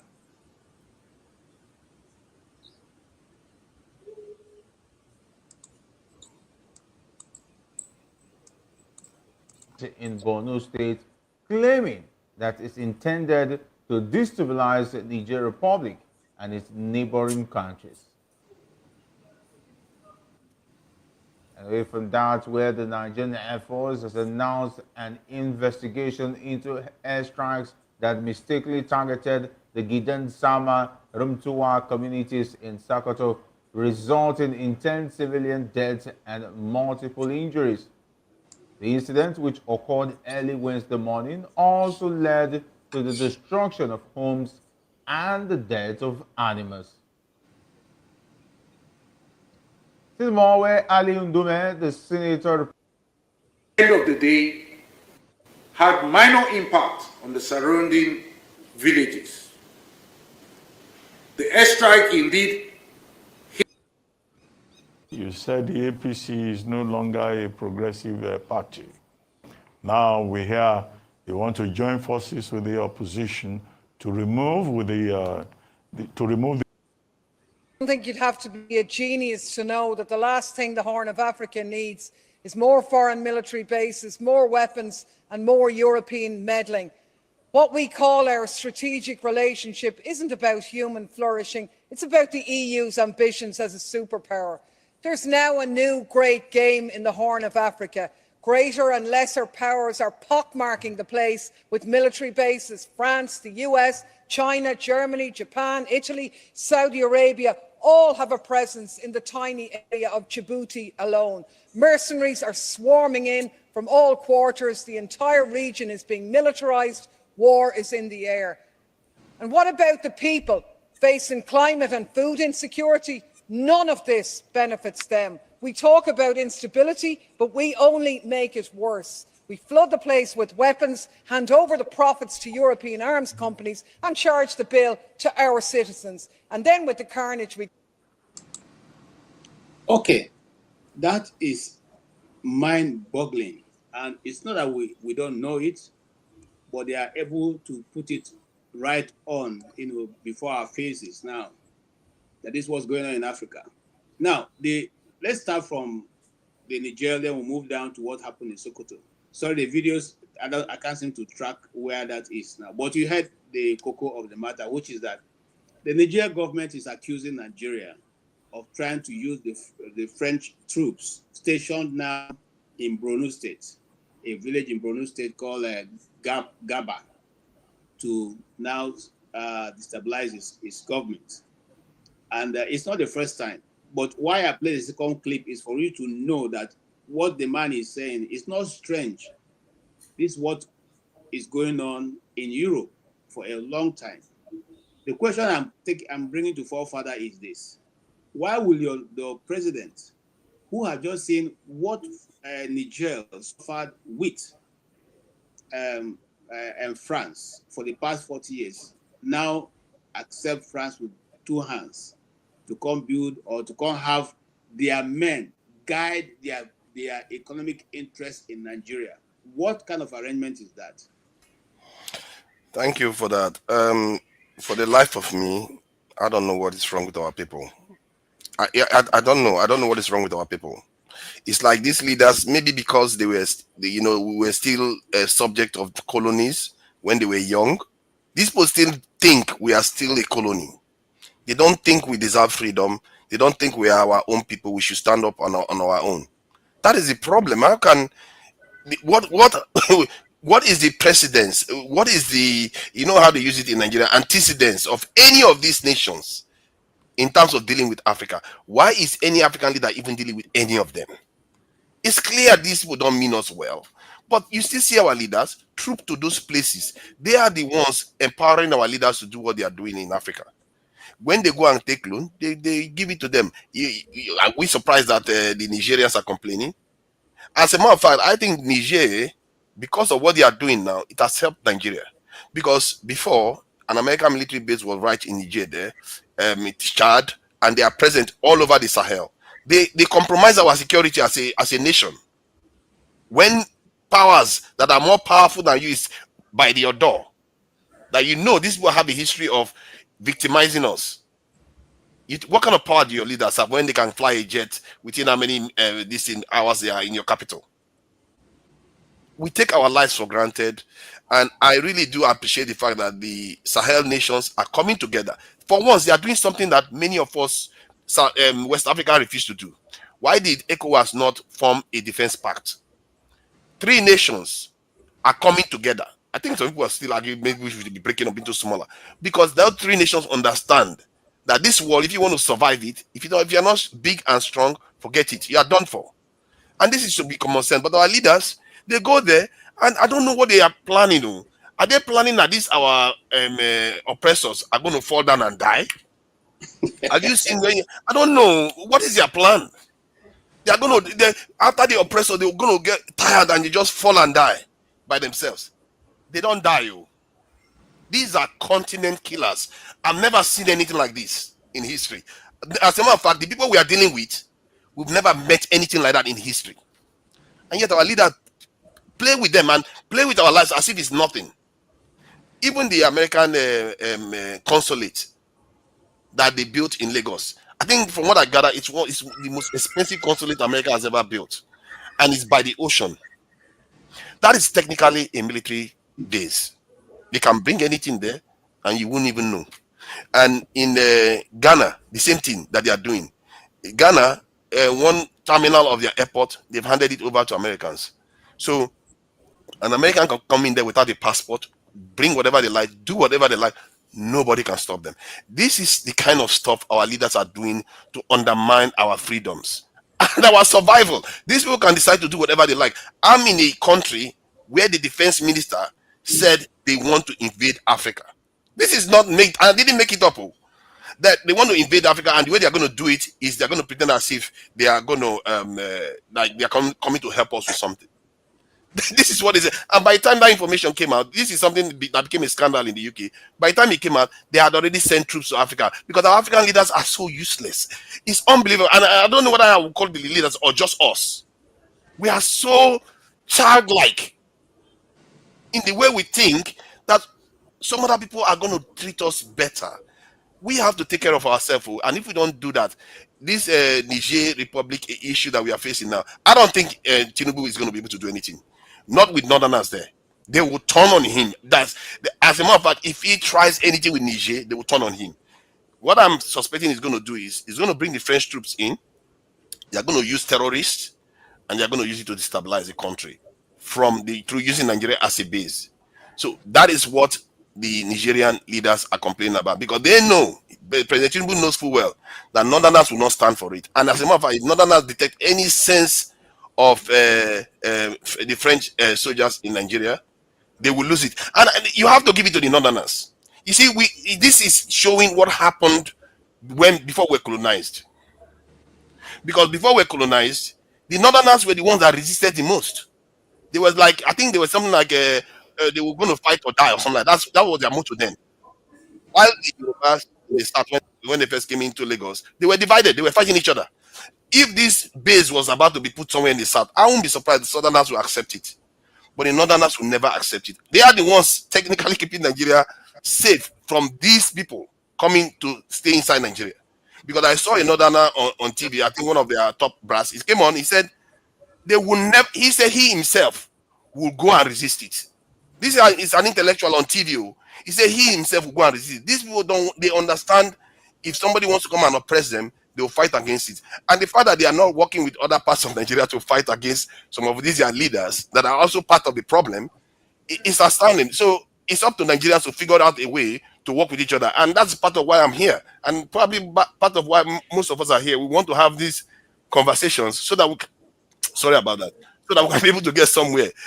Because the way things are going, we can talk forever, but sooner or later, if we don't do something, we'll be here and we'll watch it happen. They will come here with their boots. You can't stop them. Look at what happened in Syria. They used terrorists to take over the country. We've seen it happen. They went into that country, took a third of the country, the area that has oil. Just like, can you imagine America coming to Nigeria, took over the Niger Delta, stealing their oil constantly for over 10 years. Then fund terrorists to fight the government while they are doing that. And sanction the country on top of it. Who will survive that? Who will Nigeria survive that? That's what they subjected Syria to. And by the time they were done, they used terrorists to take over.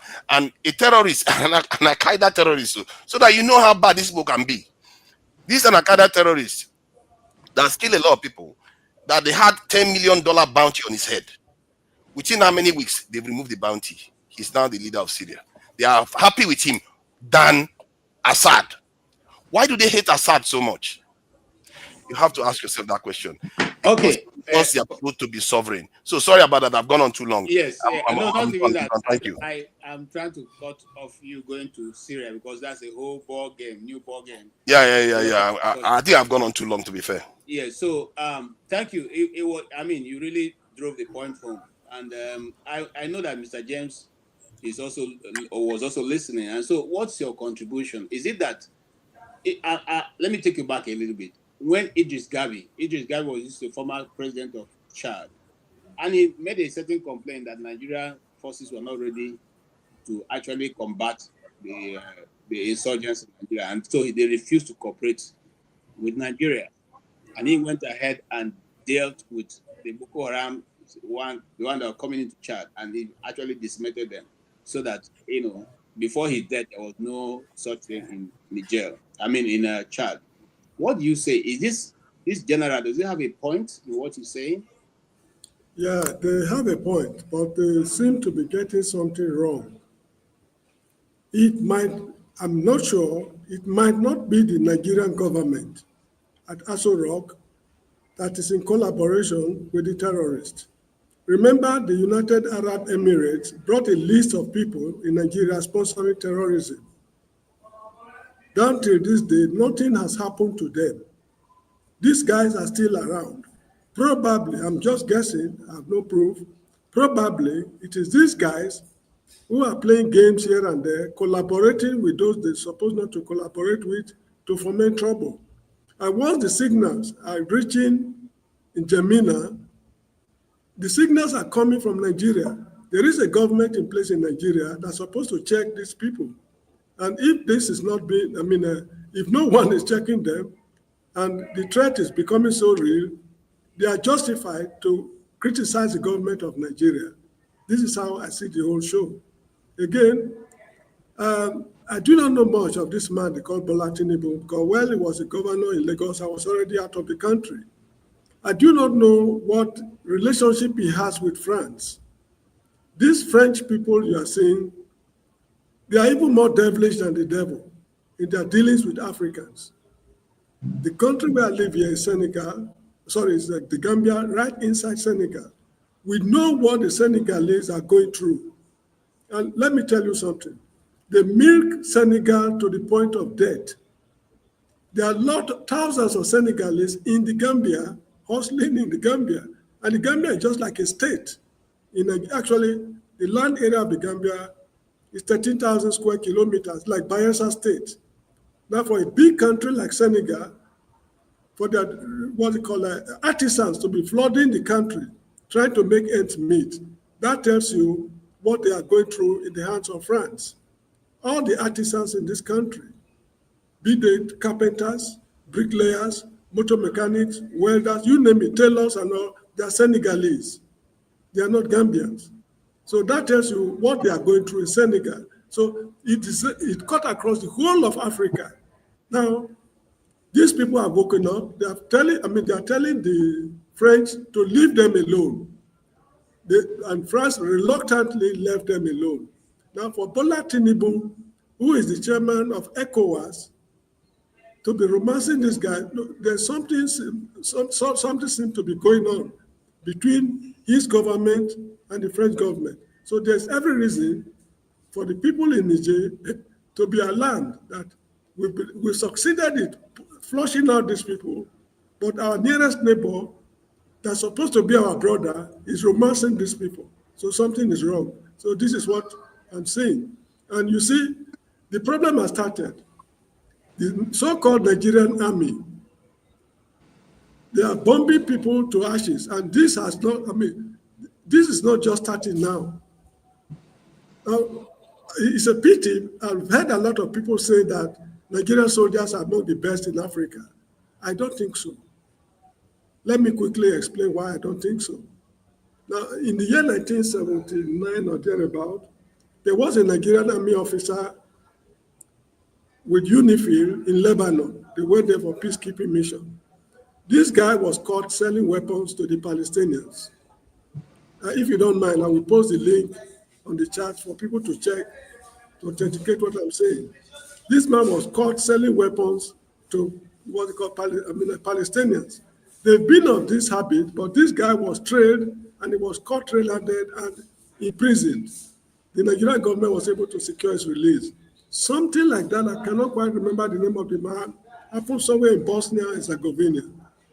Now, in Congo, during the Congo crisis of 1960 to 65 or so, a prominent Nigerian whose name for certain important reasons I would like to mention was caught also in nefarious activities. It was Nnamdi Azikiwe who secured this release. Now, people will tell you, Nigerian soldiers, they've gone to Liberia, no, it's all nonsense because it took them almost 7 or 8 years to suppress rebels in Liberia. Yet we have Nigerian War College in Jos, Nigerian Defense Academy, and other military institutions. So for it to take them almost 8 years to suppress ragtag army in Liberia, that shows the quality of people we are talking about. Here in the Gambia, if Yahya Jammeh had decided to launch a rebel movement from outside the country to counteract what they are doing here, it would have been a very nasty showdown. Nigerian soldiers, they are very, very wishy-washy. So we should stop saying that they're among the best in the world. After all, I do not know of any country in Africa that has sent soldiers on peacekeeping force that to say our soldiers did not do well. Even in the Gambia, they sent some to Sudan. When they returned, they said they were among the best. The Ghanaians also said the same thing. Sierra Leoneans, so there's nothing special about Nigerian soldiers. Now, you don't need Tucano jets to fight rebels in Nigeria. It's just like using Tucano jets to fight Lawrence Anini. It was the people of Benin City who used their intelligence network to fish out that guy, and he was apprehended. If they had used Tucano jets to fight Anini and Osumbo, you know what the consequences would have been in Benin. So you don't need Tucano jets to fight it. What you need is intelligence network. Please kindly give me 2 minutes. I remember during the Vietnam War, the Americans lost the war. When they lost the war, they went back home to the States, to the drawing board to find out what went wrong. And they discovered it. And what's the solution? They fine-tuned their intelligence network. So wherever they have problems on air today, they send spies over there to gather information before they use their air power, which they also developed. Now, in the US military, in the intelligence community, they have fake pastors, fake reverend fathers, even fake Jehovah's Witnesses. They are there. So they know exactly what they are doing to put their country in order. So we don't need Tucano jets to fight terrorists. They are just bombing innocent people to ashes.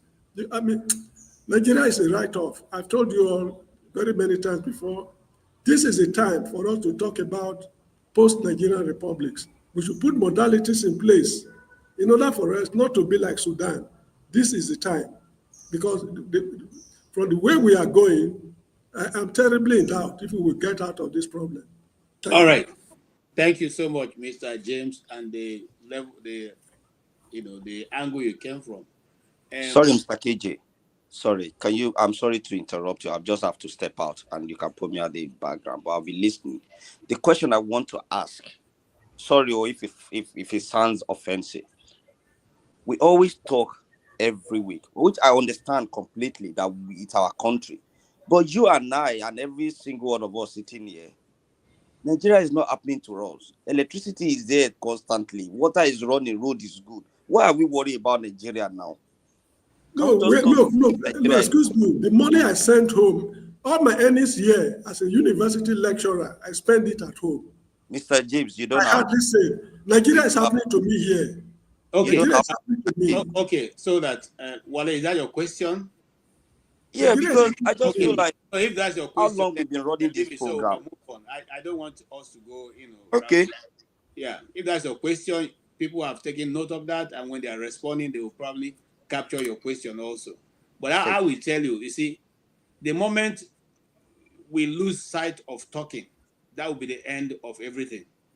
You see, let me tell you, just like forefather have said, most time when I come, I don't want to discuss international politics because you don't know who's listening. But you see, Africa is the people, even anything that's going to start will start from us. It is you and I who are the people that are least wanted. Whether I like it or not, that's the truth. Which I quite appreciate. So the more we come together, the more we're able to collage information, the more our government is able to work with the people of Nigeria. We have professors who are teaching all around the world. Mr. KJ, honestly, so everybody. what you're simply saying doesn't apply right now, because if we leave talking about Nigeria, what are we going to talk about? The United States? Australia? Europe? Just pay me to see that despite the fact that we talked about it, next week another problem. It just looks like we know that this is the problem, but there's no solution. Our people are just like, you know what, I have alternative. All right, let's move on. You don't know how many people we are reaching by this information, and then one day somebody somewhere will pick it and use it. Even the Tinubu can pick it and use it because he has people who are here also listening. So don't worry, we are doing the one we can at our own level right now. Those who will speak, those who want to hear, will hear. I mean, that's it. I mean, even in your family, when you advise your children, what else can you do? Are you going to beat them if you say they don't want to do what you're telling them? So, so that's it. But I'll come to you, Janaba, and having listened to Mr. James's explanation, I think he made so much sense in what he has said, and I want to ask you, Ganaba, this accusation that is coming from, he went a bit, he went ahead to talk about what is going on in Sokoto State. I wanted to reserve that, but you can equally incorporate it since we're always discussing it. This thing that is going on in Nigeria with the army, with the Niger Republic, with the Sokoto people, with all these unnecessary mistakes. In fact, in this year, since I was doing a note, since 2020, 2017, more than 400 Nigerians have been killed by airstrike mistakes from the Air Force. So the question is it that the Tucano jets got to Nigeria and it stopped being a precision equipment?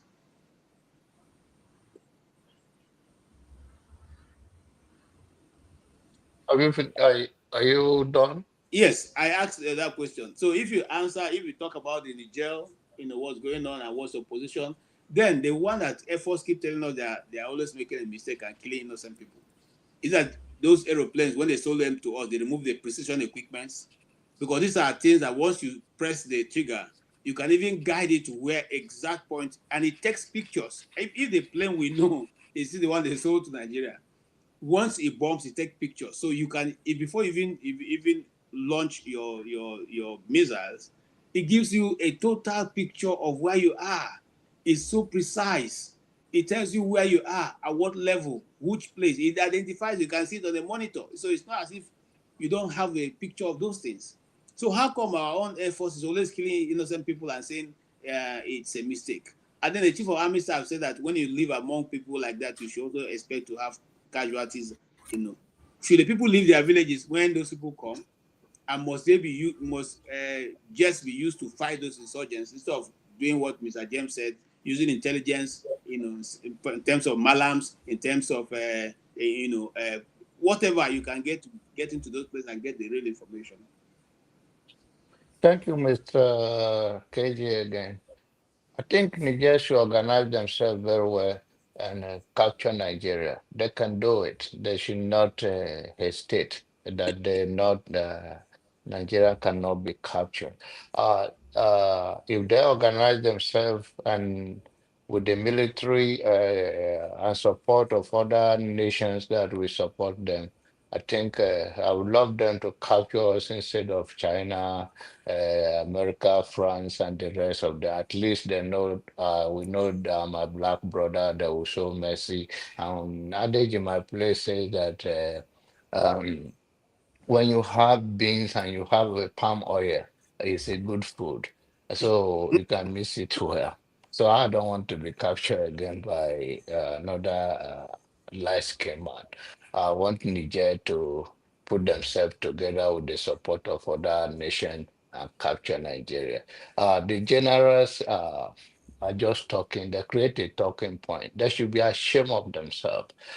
Each time these civilians are killed, they will come out. In fact, in this one, they were trying to cover up to deny. In 21st century, is to tell you they don't see far. These people, they are just taking banner, are just taking Igbo, or maybe some substance that is high in them.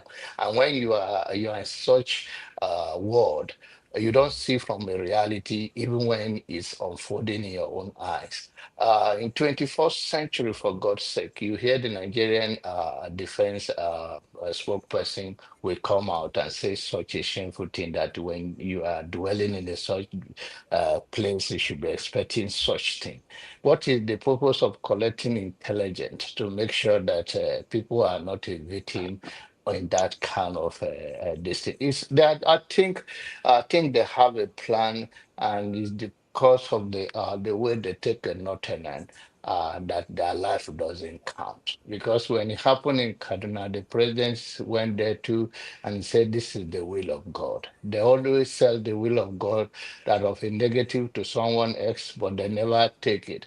I hope one day they also face the will of God in that route so they can experience the painful part of life. That's why I don't believe in I believe in forgiveness, but I believe in revenge. If you slap me once, I slap you 10 times. So you go and feel it. Maybe tomorrow before you do it again, you think twice. At the level that Nigeria is right now, if nothing is done quickly, you're going to see this kind of thing. And they're denying that French country is not having a place. There are video out there. They arrived there in Borno State, Maiduguri, the capital of Borno State. And why did they allow them to come? The general said, "Oh, if they are in conflict with France, they should not expect them to join them."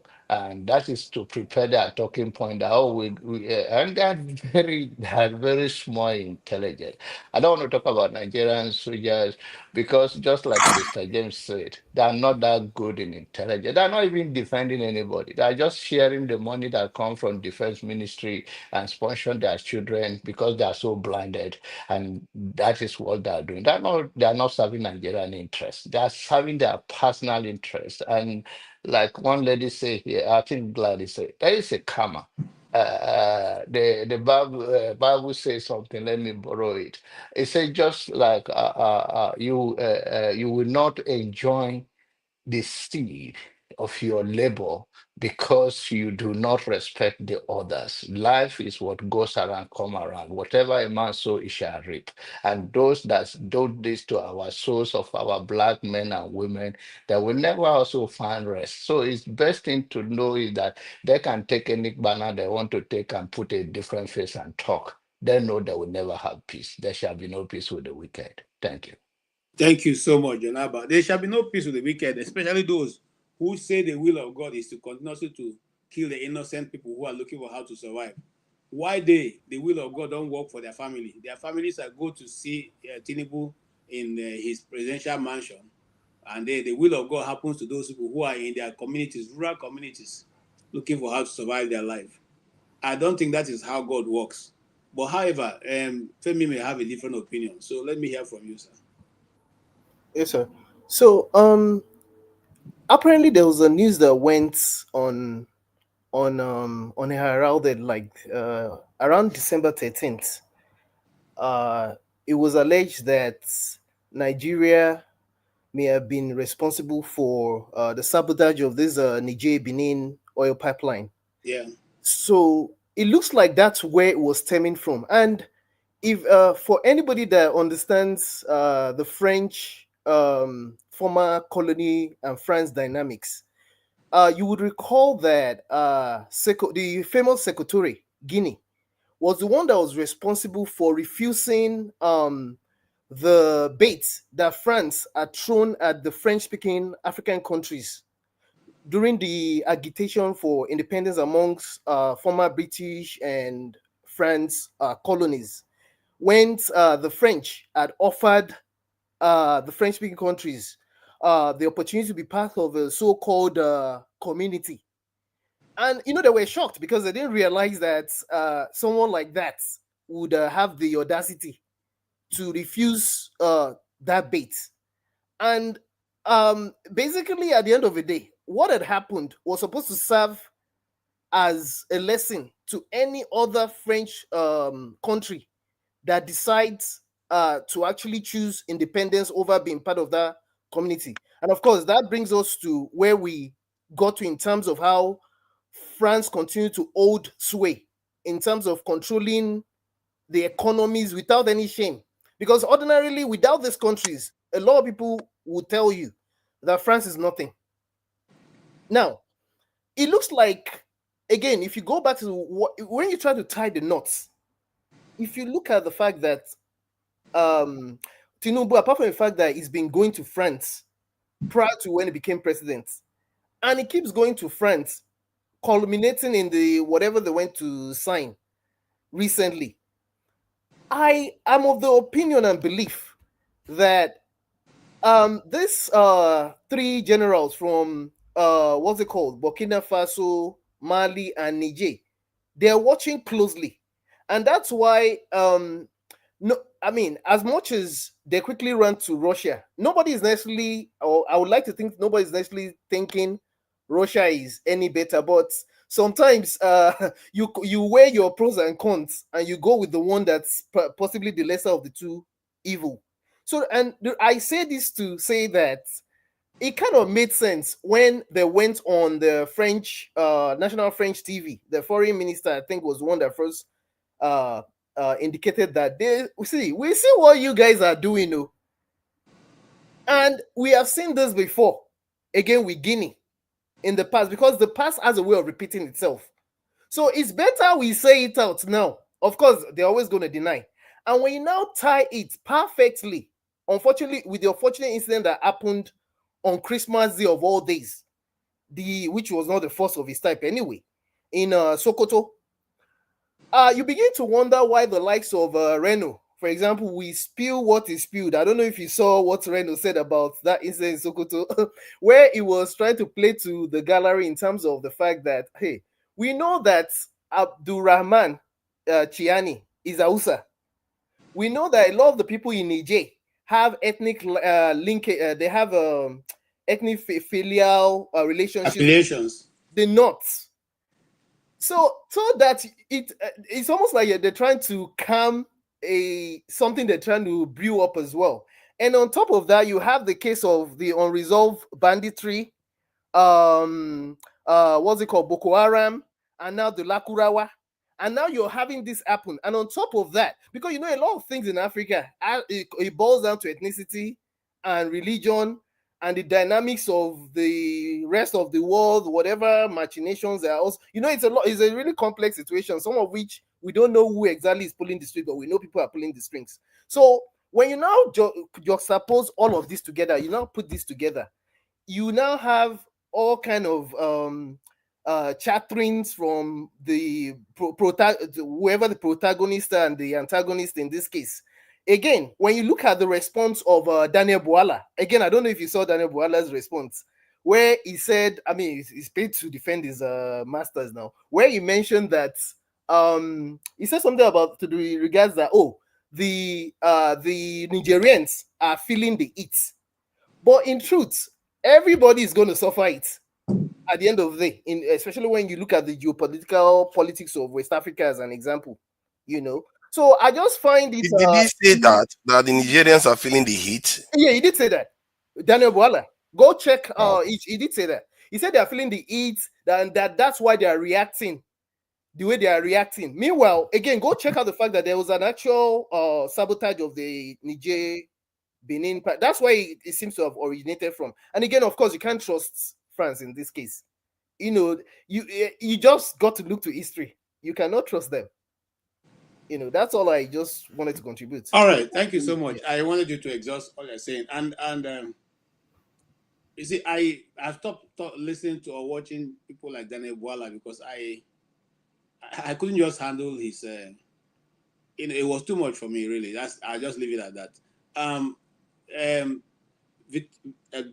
Victory. I'm coming to you, and I'm coming to you. Haven't seen the history of the people of Niger, Chad, Burkina Faso, Mali. These are nations that have been involved in fighting insurgents all our adult life. And now we are coming into conflict with these soldiers who are being in the desert. And our military or the Nigerian government seem to be going deeper and deeper into, France.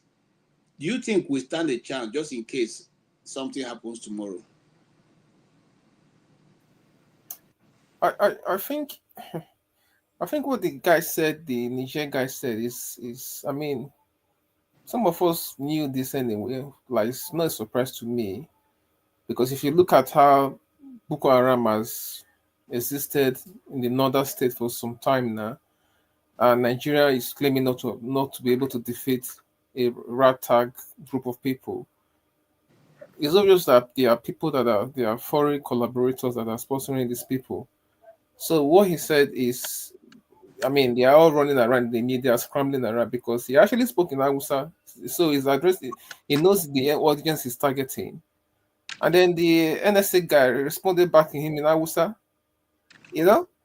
So, and this is supposed to be one Nigeria, and they are talking to themselves in Hausa language. So you can see that the country is highly divided. And these three countries, Niger, Mali, and Burkina Faso, they kicked out the French. And you will know that, of course, the French will not go just packing. You must be mad for you to think that they will just pack a bag and they go. They have to look for another source to try and come back. And these people are they are anarchists, man. These people are just I don't know what to make of these people. These people are so devious. Sometimes I think that we as black people, like I don't even think we reason, or I don't even know that we have brains. I really question black men's ability, honestly, KJ. Sometimes I wonder how we think as a people, you know.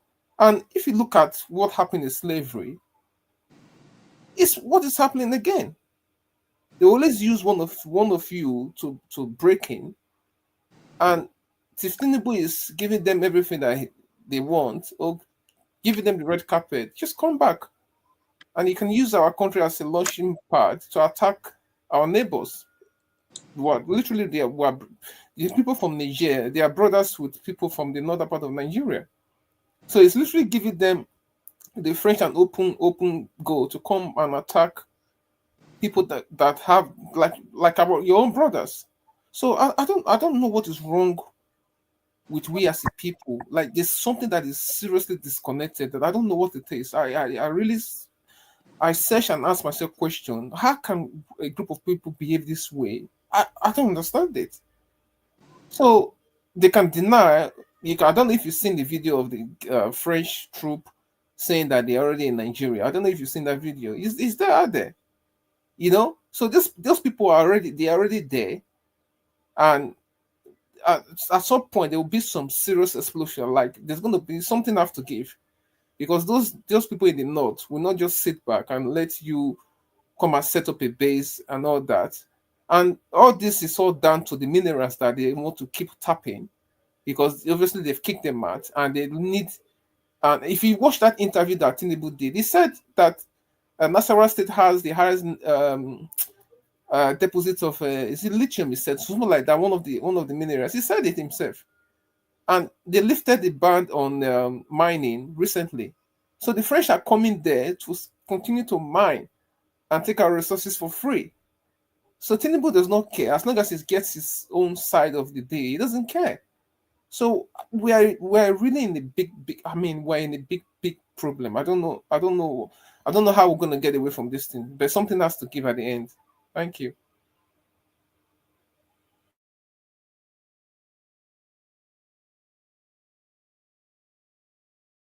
You're muted. Oh, sorry, but I'm glad. Can you hear me? Yes. Okay, ma. If you can hear me, yes. You listened to the discussion so far. What would be the angle that you want to look at it from? It's a long story, because if we look at things critically, the Northerners, most of the people that claim to be Northerners, they're actually from Niger. A lot of them are from Niger, and most of them are from other across above or whatever it is. The situation of what is going on now, the frequent visit of Tinubu. Within this year alone, he has gone to France how many times? And I think he has a business in France. He must have something doing. There's a company that I was told that he has something to do with. I don't know. I'm trying to remember the name of the company. So let us look at it in such a way that what is going on now, they are building up things that they cannot handle, because I know that this president of Burkina Faso has aligned with the Russians. They're not ready to have any business to do with France. Likewise, others as well. So the French people trying to get in through the back door, maybe using Nigeria as their base. Meanwhile, we have lots of other problems that we have not sorted out. Tinubu is busy also trying to attract a lot of things to us. The Northerners, at the end of it all, we do not know what they have in mind, because from Sokoto to Niger is just at the back. It's just a distance. Most of our Nigerians are there. They intermarry. Most of the people from the north, they marry women from Niger, they marry women from Mali, and so on and so under the banner of Muslim, that they are Muslim, they share the same religion. So I look at it in such a way that Tinubu should come back home and face what is happening in the country. He should try and fix up the country. Things have really gone bad in such a way that dilly-dallying with France will not solve our problems. I do not know what he's gaining out of it. If we saw the way that Burkina Faso broke off from ECOWAS, others followed suit. They said they didn't want to be part of it. Who wants to remain a slave for life? The people that actually came in to say they came to colonize us, to teach us religion, to teach us all sort of things. The all thieves in disguise. They come in looking for what to take from us and then turn around and make a mess of us. So the only thing I'll tell us is that we should just be cautious. Because if war breaks out from that end, I don't know what is going to happen, because the Northerners will definitely support the people from Niger. They are one family. That's where I say it. I actually schooled in the North, so I know what it is. That they even give more respect to people from Sudan, Niger Republic, and so on and so forth, than even we, the Nigerians. They honor them more than they honor their people. So let Tinubu find out what is the best way to handle our situation. The country is going worse to worse. Every day, things are actually taking a different dimension. And like I said, was it 2 or 3 days ago? I said the cloud is gathering. No one knows what end or whichever side it is going to fall from. We pray that, I don't know, prayers. I know that most of the religious leaders, they have prayed and prayed and prayed. Nothing is happening. What's his name?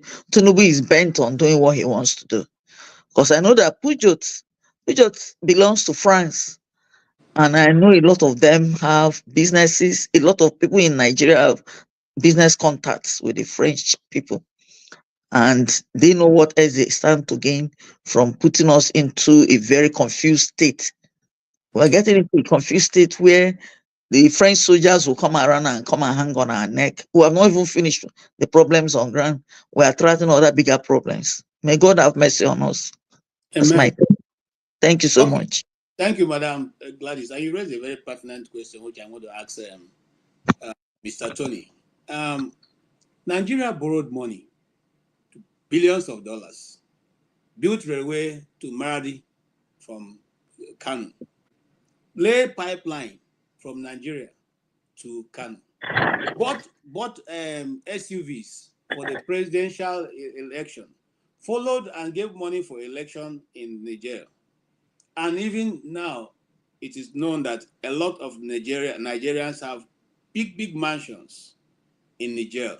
There's also electricity that we are providing. We supply them electricity. Of what economic value is it to Nigeria to take that relationship and cling on to France? You asked me a very difficult question. Anyway, Nigeria has always, greetings to everybody and those listening. Nigeria has, there was a time when the foreign policy of Nigeria is, I think they used to say Africa is the centerpiece of our foreign policy. Yeah. And so we were, for a long time, acting like Father Christmas. Liberia, Sierra Leone, Southern Africa, even in Gambia, where once Nigeria had to intervene in the political problems they have over succession, Ivory Coast, and so on, apart from other commitments internationally by our troops and so on and so forth. But I think now, if you ask me what is Nigeria's foreign policy, I can't tell you. I think the danger that we're facing today, I'll come to your question, is that the sub-Saharan, the politics, international politics by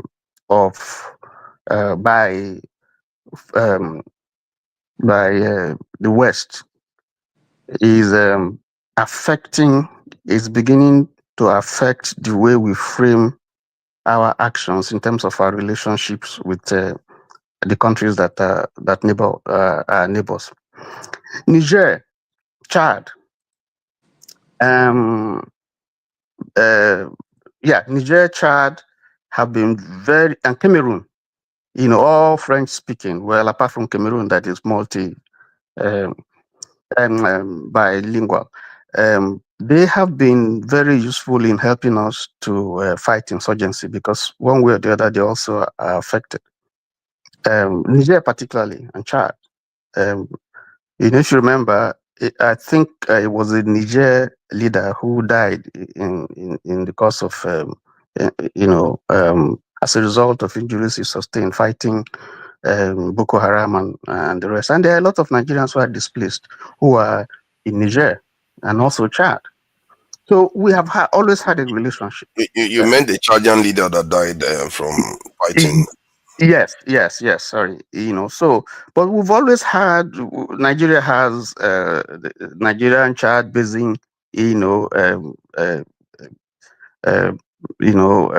What is it? Some relationship. In dams and stuff like that. Even Niger as well.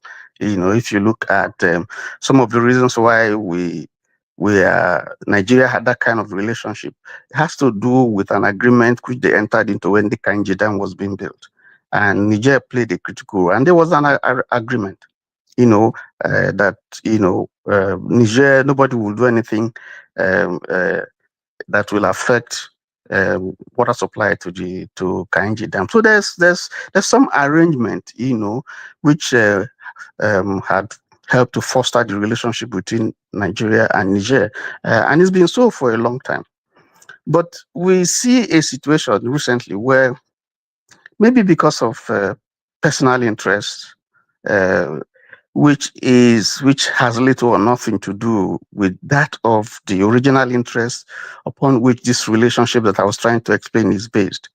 You find the Nigerian government kind of partnering to France. First of all, we had if you look at, let me just quickly just give you in France has the highest military base in Djibouti. It has about 1,500. In Chad, it has about 1,000. In Gabon, it has about 400 or 500. In Ivory Coast, it has about 950. In Senegal, it has about 600. They're all stationed there. And if you remember, the relationship between France and someone was mentioning it, even after independence, even though those French-speaking, those countries that were colonized by France, had their political independence. Economically, they were not independent. Somebody was referring to it when they talked about Franc-Afrique, where France still had, the major dominated their economy in terms of resources and so on and so forth, and how much they have to live in the central bank in France and so on and so forth. So even though France had granted them political independence, economically they were not free. It was only Guinea, that said they weren't going to join that union. I think someone mentioned it, but that was supposed to be an example for Africa, that we are politically independent. We must also struggle to ensure that economically, we also are independent. But it has not been so with the French-speaking countries. What has happened recently is that, this is my take, because the government was looking for legitimacy, following the election. So it had to look for favor from some sort of friendship with the outside powers to help legitimate its authority, even though we know that the courts, our Supreme Court and so on, have kind of legitimized, declared the winner of the election. But we know that there's still feeling within Nigeria and outside that the election was not free and fair, and that the person who occupies that position is really not the true winner. Okay, so my thinking is that there was an attempt, to see how we can get in the good books of some of these foreign countries, and so that they would help us. And I think this government started, pandering to France. And the danger is that gradually, France now began to shape. It came at a time when even the French-speaking countries are beginning to feel that France has exploited them enough and that they wanted to break out. And so we see the example of Burkina Faso, which started it all. As you know, if you read, you see that so many attempts have been made, to eliminate the current leader of Burkina Faso. In fact, there's something in the news of some military officers who were given some $1 million to ensure that they planned a coup to eliminate this guy. So Burkina Faso started this, and it's paying a cost. But Burkina Faso is moving very well. So it's setting some example that if you can resist these people and stay on your own, you can move on. Burkina Faso is showing that example. Not, for instance, they just paid off their debts. And how did they do it? They didn't go to any of the Bretton Woods institutions. They had to raise a domestic bond, which the indigenes bought into, and they use it to pay. And as we speak, Burkina Faso is building 50,000 a new city, that is going to have 50,000 houses for its citizens, and is doing it internally. Is not taking loans from anybody. So they are beginning to see examples. And the challenge that the West and America have is that if we let this go on, then they are going to be worsted. Because once Africa can unite, and we see it now, Burkina Faso, Niger, this group of countries that pulled out, West African countries that pulled out from ECOWAS, now forming their own union. And you can see the strides. Niger, forget about what we read. Niger itself is making some progress. And France is not finding it easy, having lost Niger in terms of the returns that it was getting from milking, from all that it was milking from from Niger. So who is the person that they feel they can use? Is the big boy. In sub-Saharan Africa, that is Nigeria. If we can talk to Nigeria, if we can make him the ECOWAS chairman, if we can support him, then we can get him to invade Niger, and then bully all the other African countries that are around it, and maybe perhaps the entire country in Africa. So I think that for me is the picture that I'm seeing now. If Nigeria is not careful, this is going to cause something that is probably going to cause war. Because nobody. Recently, I just heard when the president was in France and signing whatever he was signing, Chad was celebrating their independence anniversary, and the leader. The president did say that they want to review their military and economic relationship with France. And those 1,000 troops that are stationed in Chad, in fact, what the president said is that they're going to ask them to go. That is taking a cue from what Niger has done, from what Burkina Faso has done, and so on and so forth. So there's a challenge. There's a new wave of thinking by radical leaders in sub-Saharan Africa to say, listen, yes, you've been telling us you want to fight terrorism. There is the U.S. Command in Niger. There was the French military command in Niger. Now, we don't want it. They've all gone, but they are looking for a base. They're still looking for a base in Africa from where they can, because if they lose Africa or lose even West Africa, the resources that they have in Africa are so enormous that it's going to negatively impact their countries. So if Africa would come together and told what these young guys, these hotheads that we're having all around, are doing. If we have radical leadership that will say, listen, you stay on your own, we will do our own thing ourselves. I think that's the only pathway forward. Otherwise, it's trouble. Right. Thank you so much. I agree totally with you. And Africa will be more better when our leaders can adapt Donald Trump's saying, "Make Africa great again." Africa was once great, we can equally make it great again if our leaders can understand the handwriting on the wall. I do not know anybody who wants to. You have your immediate neighbor. You're not in good terms with your immediate neighbor. You want to befriend your neighbor that is across the river. How does it make it interesting? How do you safeguard yourself and your people? If you become enemies with Chad, with Niger, with Burkina Faso, so how then do you exist? Because these are countries bordering you in the upper north where you are least defended. That's a critical question. That's a very relevant question. You are a leader. You're not taking.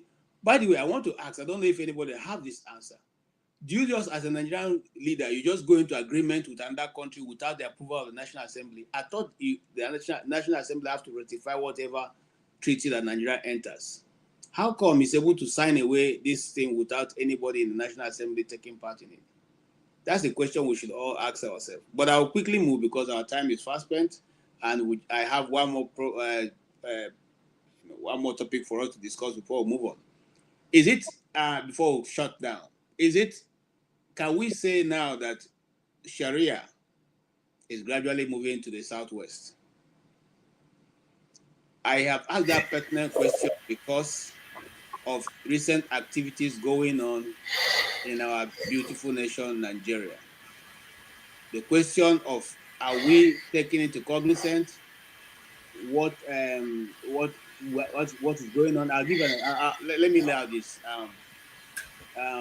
A growing population. There's a growing Muslim population in the southwest, and has a significant.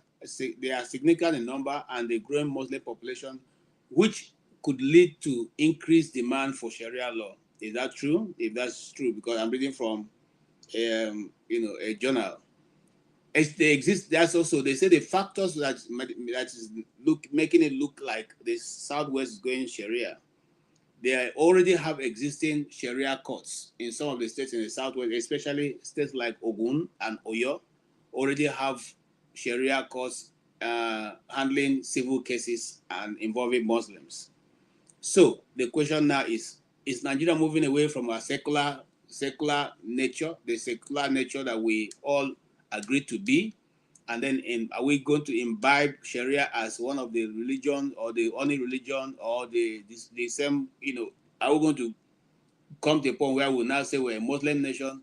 Before I say that, before I ask the questions, let's watch this video briefly. This is what happened with one of the states in Nigeria.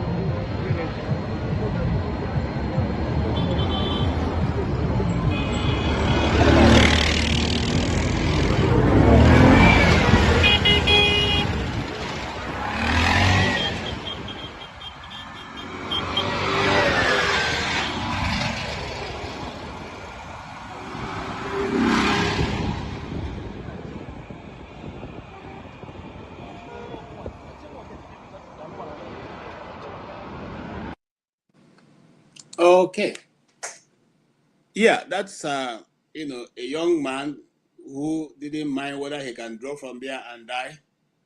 Went to bring down the poster, the billboard has been displaying Merry Christmas to the people of that state. but they felt that Christmas should not be celebrated. They also decided to bring it down. The question we are asking is, how long shall this kind of thing continue before it sparks off a very dangerous conversation? Remember the other day in Lagos, it was that someone printed the same size of poster and put up saying, Jesus is not God, and put it right at the wall of their mosque. The question is there no government in Nigeria that can regulate these things that are going on? And then, are you trying to push people to a point of provocation for what? And finally, is it that the Southwest now also wants to go the Sharia way? Just like the question I asked.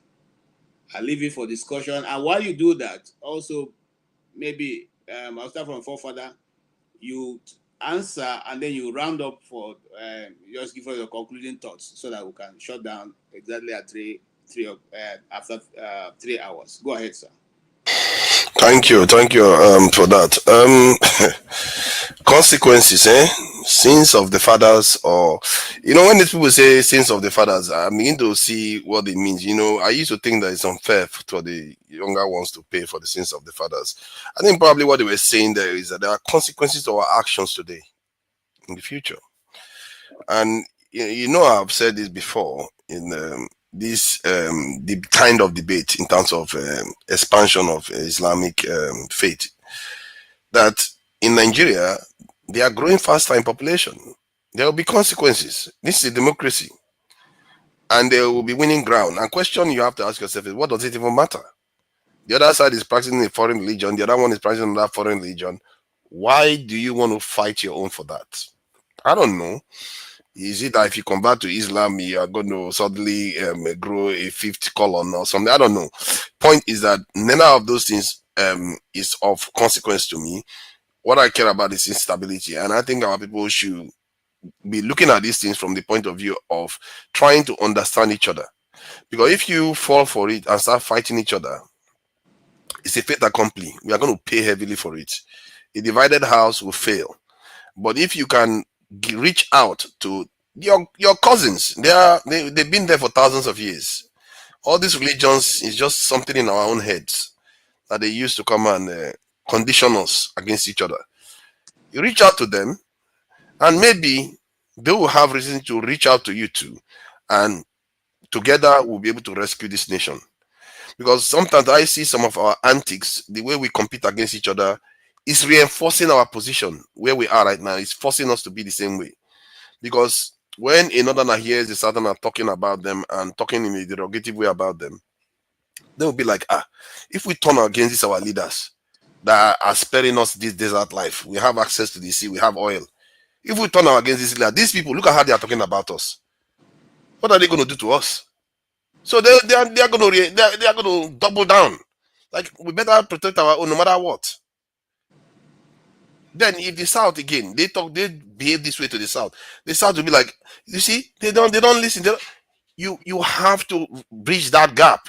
And the truth is, Nigeria don't have nationalists. Is there one Nigerian you say this man is the man talking for Nigeria? That is saying, you behave yourself, you do this. You are supposed to have hundreds of them. But in Nigeria, you see Oyo State will be quiet until he wants to accuse one side of doing Bejue. And the other one will be quiet until when they choose their time to come out. They will leave the country like fatherless children, homeless, like orphans. Leave the people to just fester. That's why I see them as caretaker government. These people that are running Nigeria, they are not running Nigeria like they are running their own people's nation that have a future. They are running like they are waiting for their colonizers that left in the 1960s to return. This is how they are running the country. They are not serious people. And I really lament it, because whenever I hear all these things happen, or you hear any controversial stuff that happens in Nigeria that is divisive along racial or tribal lines, you hardly see a Nigerian statesman come on and say, enough of this. You will never see that. What kind of people, what kind of leaders do we have? That everybody seems to be poisoned by these tribal and religious issues. And even when they all know it, if you ask them what is holding Nigeria backward, they will list them. Tribalism, religious, they will list them about corruption. And yet they will double down when the time comes. Nobody wants to correct it. We are all at it. I was on the channel the other day, and they were calling me that I hate Yoruba people because I didn't say bow down to your tribe. It's like we have to get out of this mess we are in, this mentality that we have. We have to reach out to each other, talk to each other honestly. If we don't do that, sins of the fathers, we are sinning now. The consequences will come. Thank you. Thank you. You didn't, the young man who was risking his life to climb and bring that billboard down. I don't think maybe you didn't want to say anything about him. The Health and reason safety. because Do we have health and safety people, laws in Nigeria? Eh? people had put that thing up for their own interest, and bringing it down is a provocation that I think is a little bit out of way, because if they put up their poster and people bring it down, it will not be taken lying low like that. Those people have decided to leave it. Anyway, let me come to Jonaba. Islam is more strategic than Christianity. They are more they have an expansionist, more aggressively expansionist religion. That is what you are seeing. I don't think so. It's just that the other people just choose to be cautioned by their destiny, not because they cannot be. If you doubt me, you can go back to history and check. All right, Janaba, go ahead and make your point, sir. No, I'm not young as you are, so I want you to repeat what you're saying there. Okay, we showed a video where a young man was putting down the billboard put up by some Christians, and the question we're asking is: has the Sharia now moved to two states in the West who are actually holding up Sharia right now, Osun State and Oyo State? They already have Sharia courts handling civil cases that involve Muslims. So the question is, are we seeing a movement of Sharia to the south, west, or is it that these things are just a one-time off thing? I don't think anybody can read whatever it meant to them, but it may mean there is no Happy New Year.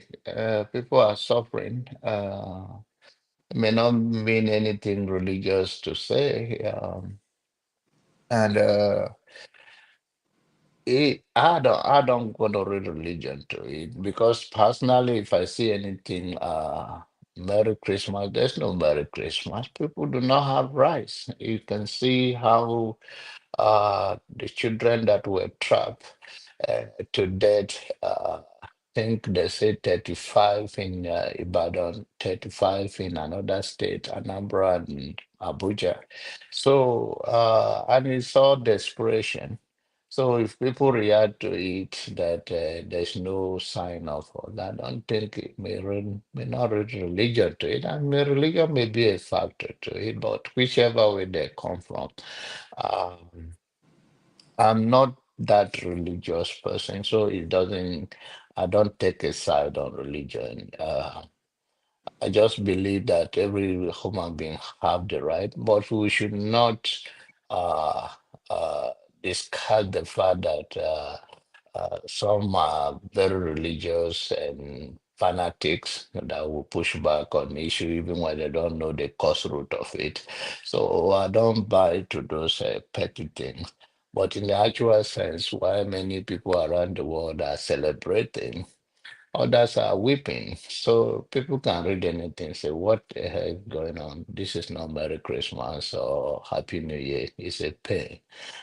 So people may have uh, many reasons than what we think. But if it is on that serial, and I don't think at this stage Nigeria has already overcome that. But we also believe that they use religions to divide us, tribe to divide us, which are all of those things. Is when you come from a petty way of thinking. Human beings should be connected by spirituality of personal issues in their life and how they value spirituality and not of a name of any religion. Christ himself, in as much as people may read about it, Jesus is not a religious person. So, like our forefathers say, Islam is more strategic in their doing and pushing back on that thing. But then, end of the day, we are just a victim. in between all those things. We should seek the national unity and just be a decent human being that provide a decent thing for our people. And whatever they choose to worship is personal. Thank you. Thank you, Jonaba. And I come to you, Femi.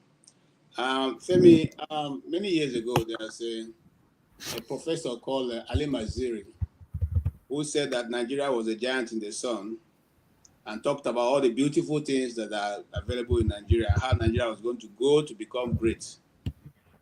I don't know if that professor is still alive today, but now looking at the He's indices, dead. He's dead. he's Professor there, of right? history. Yes, professor of history. Yes. Yes, he's dead. This good professor who saw the future, like Nostradamus for Nigeria, and so many things who can be. Do you think those things have been able to be achieved in the short time or the long time that he has?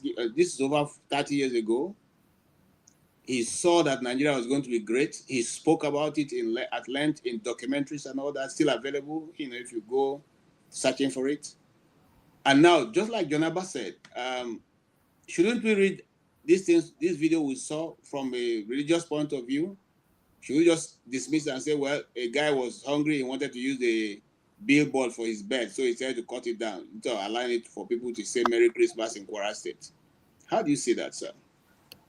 So, was it in a pair or so the other day when a similar thing was replicated? Yes. By okay, so you know that incident. Yes. And we see this displayed all over. And if I have to be dispassionate, I've also seen it the other way around as well, right? Now that said, this is where sometimes I'm kind of conflicted when it comes to even just discussing religion, especially with respect to us Nigerians. And I know it can be a very touchy topic and very emotional one as well, depending on what side of the device you belong to.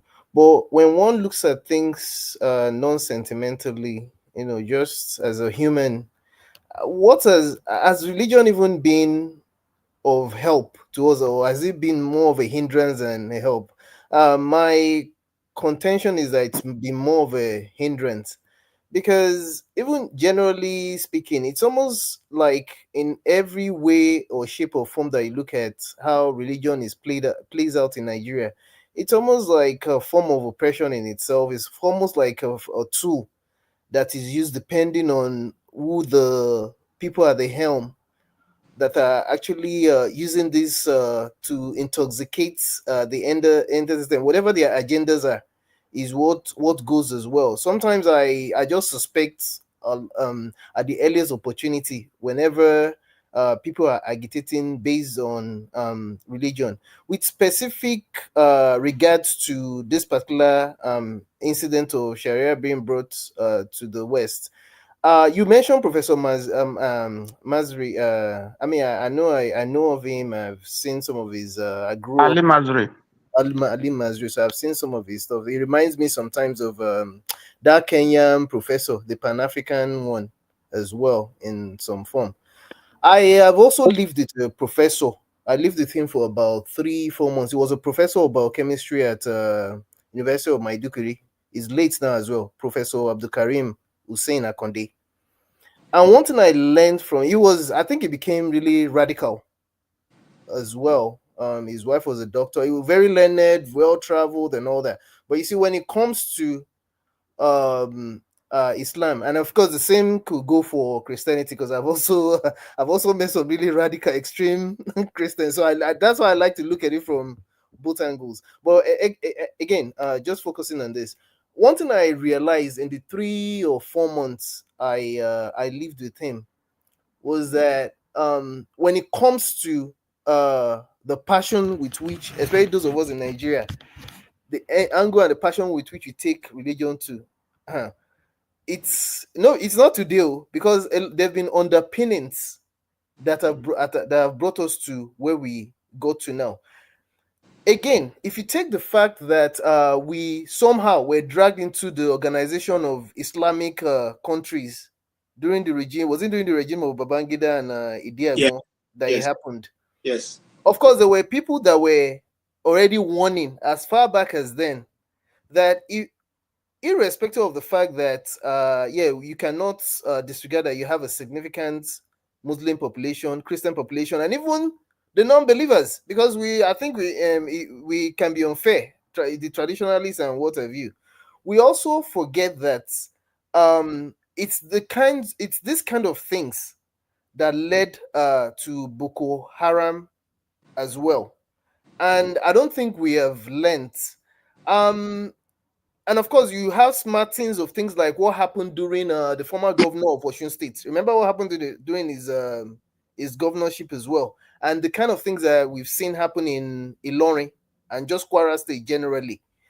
If it's best that people start speaking out and addressing it now, because what's going to end up happening if this thing transcends to the and again, that's not to stop people from believing what they want to believe, but it's just that you don't want, if you call yourself a secular state, you don't start operating two different systems. I mean, you can operate it all you want within your own confines, because the next thing you see now, the Christians too will come out and say, okay, we want to have our own menini. And of course, already here we are still battling with the fact that we have not defined ourselves as a nation or state. We don't even know what we are. I mean, we're still quarreling about Igbo, Yoruba, and letting ourselves go. You see, these are the kind of things sometimes I wonder about. If we were to disintegrate today, yes, I would rather we stay together. But if it's by force, let's just go. But even by the time we start disintegrating, you still have other micro issues like this to deal with as well. Right. So to what end? That's how I would end. All right. Thank you so much. There's never going to be end of agitation, whether it is all Igbo nation or all Yoruba nation or all Fulani nation. That's the humanity. The human, we are constantly in the move. So, but the reason why we say, why these calls have been made, because the system that we have right now doesn't seem to be servicing everybody. And, some people make mistake to say, I'm not calling that religion should be regulated. I'm saying simply for boom boom ray, just in case you seem not to. I don't know. I don't speak good English, but I can speak it in Igbo if my English is not clear enough. I'm simply saying that bringing down posters that does not belong to you or billboards that do not belong to you because you find them offensive becomes a problem, especially if it's done by the other side. If we start that today, only God knows where it will stop. That's the reason why we're discussing this. We're simply saying that Kwara State, the last time we checked, is still a secular state. If they have now decided that they won't have posters being put up, are we also going to say the same thing in Lagos, where you go to put on the billboard that if we wrote the same thing about Mohammed, I'm sure that Lagos will not be standing today. So let us not go there. Nobody has monopoly of violence. Nobody has it. All of us can be crazy at one point or the other. Let's not provoke people to unnecessary annoyance that will not lead us to anywhere. And by the way, it is not the people we are fighting. No country survives religious issues, rise. No country. If you check, you can check Lebanon. Lebanon was one of the thriving countries in the world before they went to where they went to. Anyway, that's a discussion on that. Let me not distract myself. Madam Gladys, yes, your take, man. Thank you so much. Talking about intolerance as regard to religion, it is not something of today.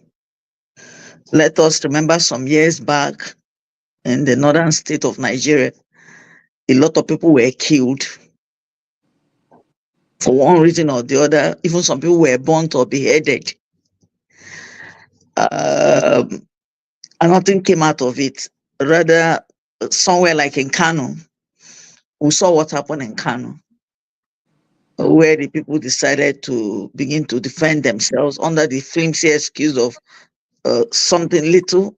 It escalates, and before you know it, they started killing people and burning down houses and shops. But that was many, many years back. But when the people actually decided to actually within the same land to defend themselves, a lot of things were actually calmed down. The situation where the young man was trying to bring out to pull down what was actually placed there, maybe by a group of persons, he has no right to pull it down. Because you see that in some cases they will tell you that there was a case in Sokoto State where a young girl was beheaded because of what they said she did with the Quran. The problem we'll have is that most times we allow religious issues to tear us apart. You see, this, like I said when I spoke the first time, I said, you see, someone will say Islam is best, Christianity is best, but all these things are personal issues. Having salvation is a personal stuff. That whatever religion or whichever group you want to belong to is left for you.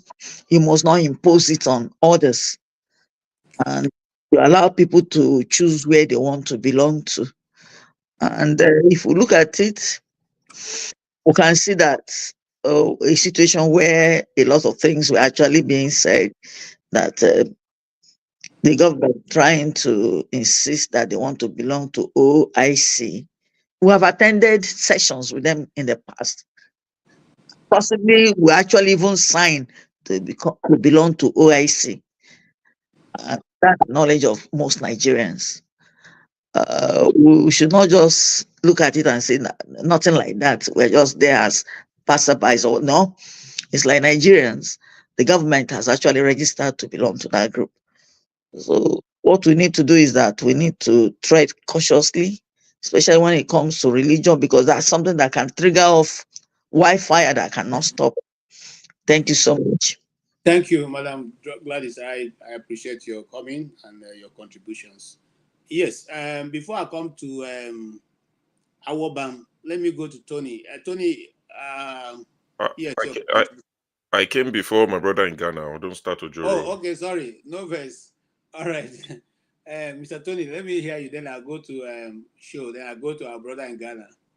Okay, I think I agree with what our sister has just said. You know, it just reminds me of an incident over 40 years ago when I was in the university, and this was a church that has been, church. This is the University of Ibadan, and the church has been there for a long time ago, and then years after, a mosque was built.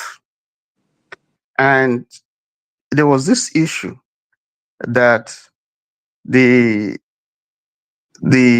problem was that the Muslims, the mosque, the Muslims were claiming that the cross was facing the mosque.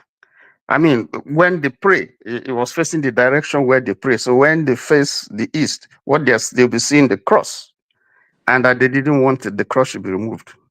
Meanwhile, the church was there before the mosque was built, and it was a very serious issue, raised a lot of controversy. And you'd be wondering, even in the university where people are supposed to know better, you have this issue of religion and causing trouble. You know, it was a very serious trouble. And even the students were the undergrad, were all involved. You know, people were taking positions and people were ready to fight and burn the church or burn the mosque or whatever, and so on and so forth. You see, religion is neutral by itself. I think the problem is what we have used it to do. And in Nigeria, we're quick, particularly our politicians, to use religion to whip up sentiments. You know, because when people fail or when they are finding it difficult to succeed in whatever they want to do, then they either go to ethnicity or they resort to whipping up religious sentiments, because that is something that is very emotional, very sensitive, and people are ready to die for it. And it's unfortunate because you never would see African traditional religion.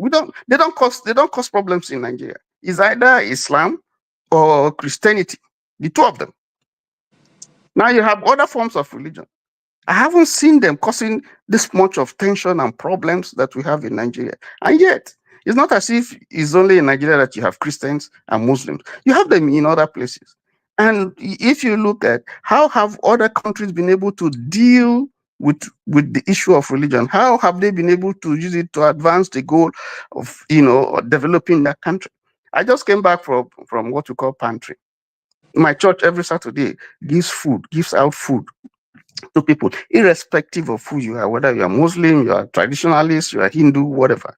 They give out food as its own way of, intervention in trying to help, those who are poor and those who have need. These are the things that we should be doing, not this type of nonsense that we are seeing. It's not for the guy who is climbing. I'm sure that he may not even know what he's doing and the implication of what he's doing. Probably somebody gave him money and say, climb up there and go and do whatever you're going to do. And it's I think that we must begin to come to see religion not as something divisive, but something that is supposed to be used, very, very powerful instrument that will help us, to forge ahead and build our nation. Let me just stop there so that others can speak. Thank you so much for your contribution. Yes, sure. Yes, thank you, KJ. I watched most of the show, but I felt like I needed to come in and speak on this. Looks like we have 4 minutes before we round off. I feel like I needed to speak on this, especially for the sake of our viewers, so that they can get clarity on the video you played. The banner was placed there by the senator representing Kwara Central. His name is Saliu Mustafa, I think. He posted the banner because he represents Christians, Muslims, pagans, everybody in Kwara South in the Senate. So the people who claim that the religion is religion of peace felt like it was offensive to them and they took it down. That's what happened, long and short of it. And that is what worries some of us when they say they're bringing that nonsense Sharia to the Southwest. I am glad that Yoruba people, a lot of Yoruba people, Christians, Muslims that they now call moderate Muslims, have spoken that we would defend the Southwest with our last drop of blood. That the Sharia, it stays where it is. You see, a lot of them supporting it online, they don't live in Nigeria even. There's a particular lady who is in the US, in Michigan or wherever she lives. She's a big defender of it, and so many of them defending it. Oh, how does it affect you? It's Sharia. It's just for Muslims. That is how it starts. Now, look at a town where it is predominantly Muslims. A banner is offensive, and you took it down. And you're telling us that you want to bring such ideas into the Southwest. If the governors of the Southwest know what's good for them, they need to stop this in its track as quickly as they can, because we can see the part of Nigeria where Sharia is practiced. It is retrogressive. I don't know what benefit is brought to them.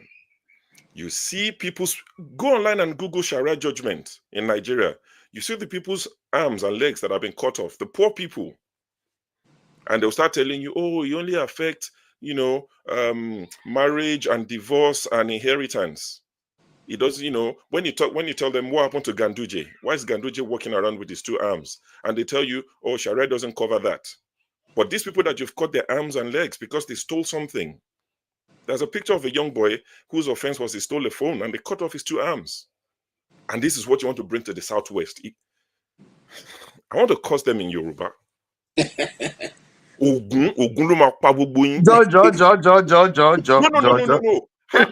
How can people sit somewhere and say they want to bring Sharia to the Southwest? What is missing that we need Sharia for? You cannot tolerate a banner. The senator had to put it on his Instagram page. If you go on his Instagram page, he's now posted the banner there. Because some people were offended by a banner that just says Merry Christmas, Happy New Year from your senator. They took it down. And you want to bring that nonsense to Southwest. God punish you now. Try it. And that is why I tell forefathers, there are some things I'm passionate about. When you discuss Nigeria, we'll discuss it. I'm passionate about it. But when it comes to Southwest, it's closer to me. Whoever is offended is offended. Try it and see how it would end. with that nonsense that you want to bring. Something that is not progressive, that doesn't add anything to you, that it is weaponized to punish the poor people. They tell you about this Sharia. You see the children of their rich people, when they get married, half naked, nothing happens. The poor person tries it, they'll whip the lady. There's a video I was going to share, but I know YouTube would probably cancel our channel, of a young lady that was being beaten in this same Ilorin by like 4 guys. I saw it. A school girl. Beating her mercilessly because she went to a party and drank. She had alcohol. That is what they want to bring to us. In Kano last year, or was it Kaduna, during the last Ramadan, they were arresting people under Hisbah police for selling food to Muslims who are meant to be fasting. How's that my problem? I'm a food seller, I'm a food vendor. Whoever comes, I will sell to them. But they will tell you, oh, don't worry, it won't affect you as a Christian. It's just going to be for us. So as a Christian in Southwest, if I sell food to somebody who's meant to be fasting, would something that happened in Kano affect me or not? You're not meant to eat in public, even if you're a Christian during Ramadan. How's that my business? I respect your religion. Do it, but don't use it. Based on what I've seen that is obtainable where they're practicing this thing, it's not going to work. You see Syria, wish people Merry Christmas. You see Abu Dhabi, Dubai, Merry Christmas. They don't copy that sort of Islam and Sharia. It is the backward ones. And if you tell them to relocate to Iran, they will start fighting you. Move to Afghanistan. They will say, yeah, is that your business? When they want to leave Nigeria, they are looking to go to UK. They are looking to go to the pagans in the US. They are looking to go to non-believers in Canada. Go to where they practice what you like. If they're born on our well, carry them come Southwest. We will defend Southwest with the last drop of blood. When are they mad? All right, thank you so much. Sure. I've not heard you speak that way before, but Oh my God. It is madness. Okay, I think I don't have anything to add. Awabam. How do you close this thing? Yeah, thank you so much, CJ. Good evening to every one of you that is in this platform and those in the comment section. Please, CJ, you will hear some background. Don't leave. So don't. You will have you will hear some, people preaching. They are very close to my farm, so I am in my farm. The light is not. You can see, lights all over, but it's not shining where you can see me clearly. You see, it bothers me when Nigerian people comes out to a gathering like this and you are trying to be politically correct in everything. You can never be politically correct in everything, especially religion is in Nigeria. Religion is an existential problem that is dealing with Nigerians. Uncle Show, I love what you said. In fact, you have taken everything that I wanted to say, from my mouth. I would like to tell you people, you see, go and read the history of the Lebanese. Go and look at Lebanese. Go and look at Turkey. Go and look at even Egypt of the old. Go and look at what was about to happen to Spain. That is exactly what is going to happen to Nigeria if all of you continue to, try to massage issues that are very, very diabolic to Nigeria. You said you are a secular state. Why will you impose your religion on me? I was in active service in the Nigerian army. 2000 when Sharia was introduced in the north. Do you know the number of people that were died because of establishment of Sharia? Why will you people come out and begin to lie to yourselves? Who is going to pay you? Who is paying you for speaking the truth the way it should be? I am bothered because my mom is from Abia State. Anything that happens in terms of religion is going to affect them as well. You say you will not. You form Hisbah. You form Sharia. Why are you trying to bring it to people who doesn't want it? How many of the Sharia cases, the big men, just like Sho said, that have been affected by these Sharia rulings in the north? How many of them? only the talakawas, as they call them in the north. And you will see all these things. All of us will come here and we'll begin to speak grammar. In the foreign countries where you live in, the kind of religion that is being practiced in those areas, is it what is tenable in Nigeria? You have people in Nigeria that are practicing extremist system of religion. Look at the video you played. They consider it offensive. That is the reason why they are removing it. And remember, you see, this Sharia is going to, you see, Brother Sho, don't get me wrong. If you don't stand with your two legs, they will do it. They will continue to try. They will continue to try. They will continue to try until they succeed. I want you people to listen to the interview of Navy Captain Olawumi. Olawumi, he made it clear to every Nigerian that cares to know that religion, especially Islam, is one of the greatest enemy that you will have. Those of you that come from the old southern Nigeria, there is a tussle that is going on, and most vehemently in support of what is going on and the Islamization of Nigeria. That is exactly what is going on. I would like every one of you that has not been affected by it to stand up, rise to the occasion, and stop it from coming.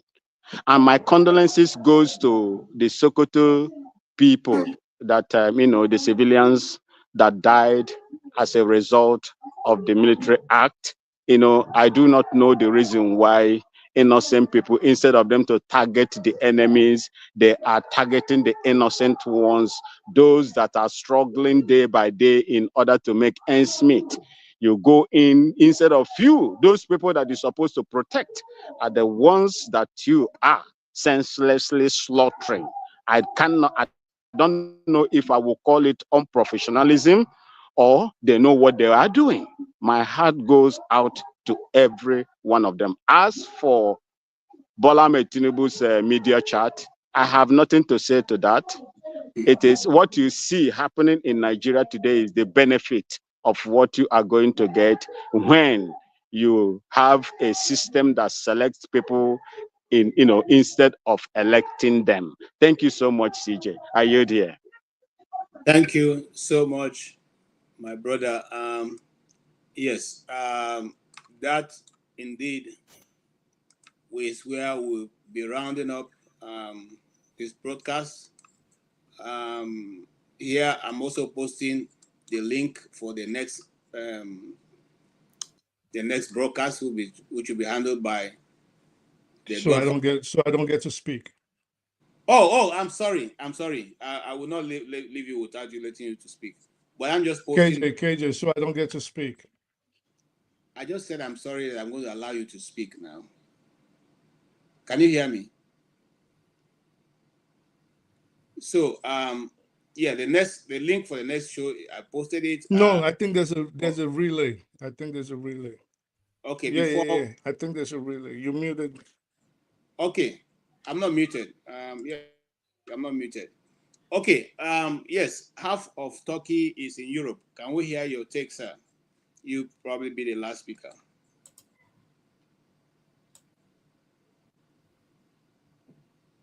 Okay, half of Europe.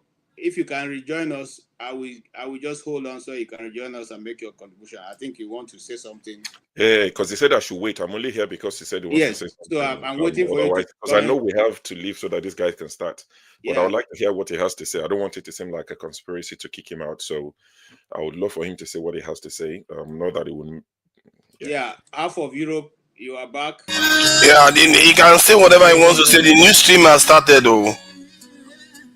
Okay. Well, let's end it, and I will catch him on the next stream. Can you hear me? They've started the second stream, KJ. I think you should end it. Okay, so based on that, if you can you hear me? Yeah, move to the new stream, and then say what you want to say. Forefather is waiting for you over there. Okay. Thank you so much, every one of you. You have all been very, very wonderful being here. I appreciate everyone's contribution. We will continue the discussion, but here, this is our final take on this. We are putting this out there so that we can avoid making a mistake that cost other nations a lot of lives and property. We are here to discuss, to say, look, we don't have to, as Nigerians, reinvent the wheel. We already see how things are working in other nations. We have seen their blueprint. We can take it and run with it. We have the manpower. We have the ability. We have the intellect. We have the people who can do it. These people have been doing it all around the world. They are Nigerians. We can begin where we are and move on to do great things. And Africa is waiting for Nigeria to rise. When shall we rise? I quoted Professor Ali Maziri, wherein he said, we are a giant in the sun. It is left for us to either shine or to remain dark forever. But as for us, here in Dr. Damages, we want Nigeria to rise and shine and take its place in the scheme of things in the world and in Africa, in particular. Thank you so much. Until we meet again, this is KJ signing off for Dr. Rudolph. Thank you.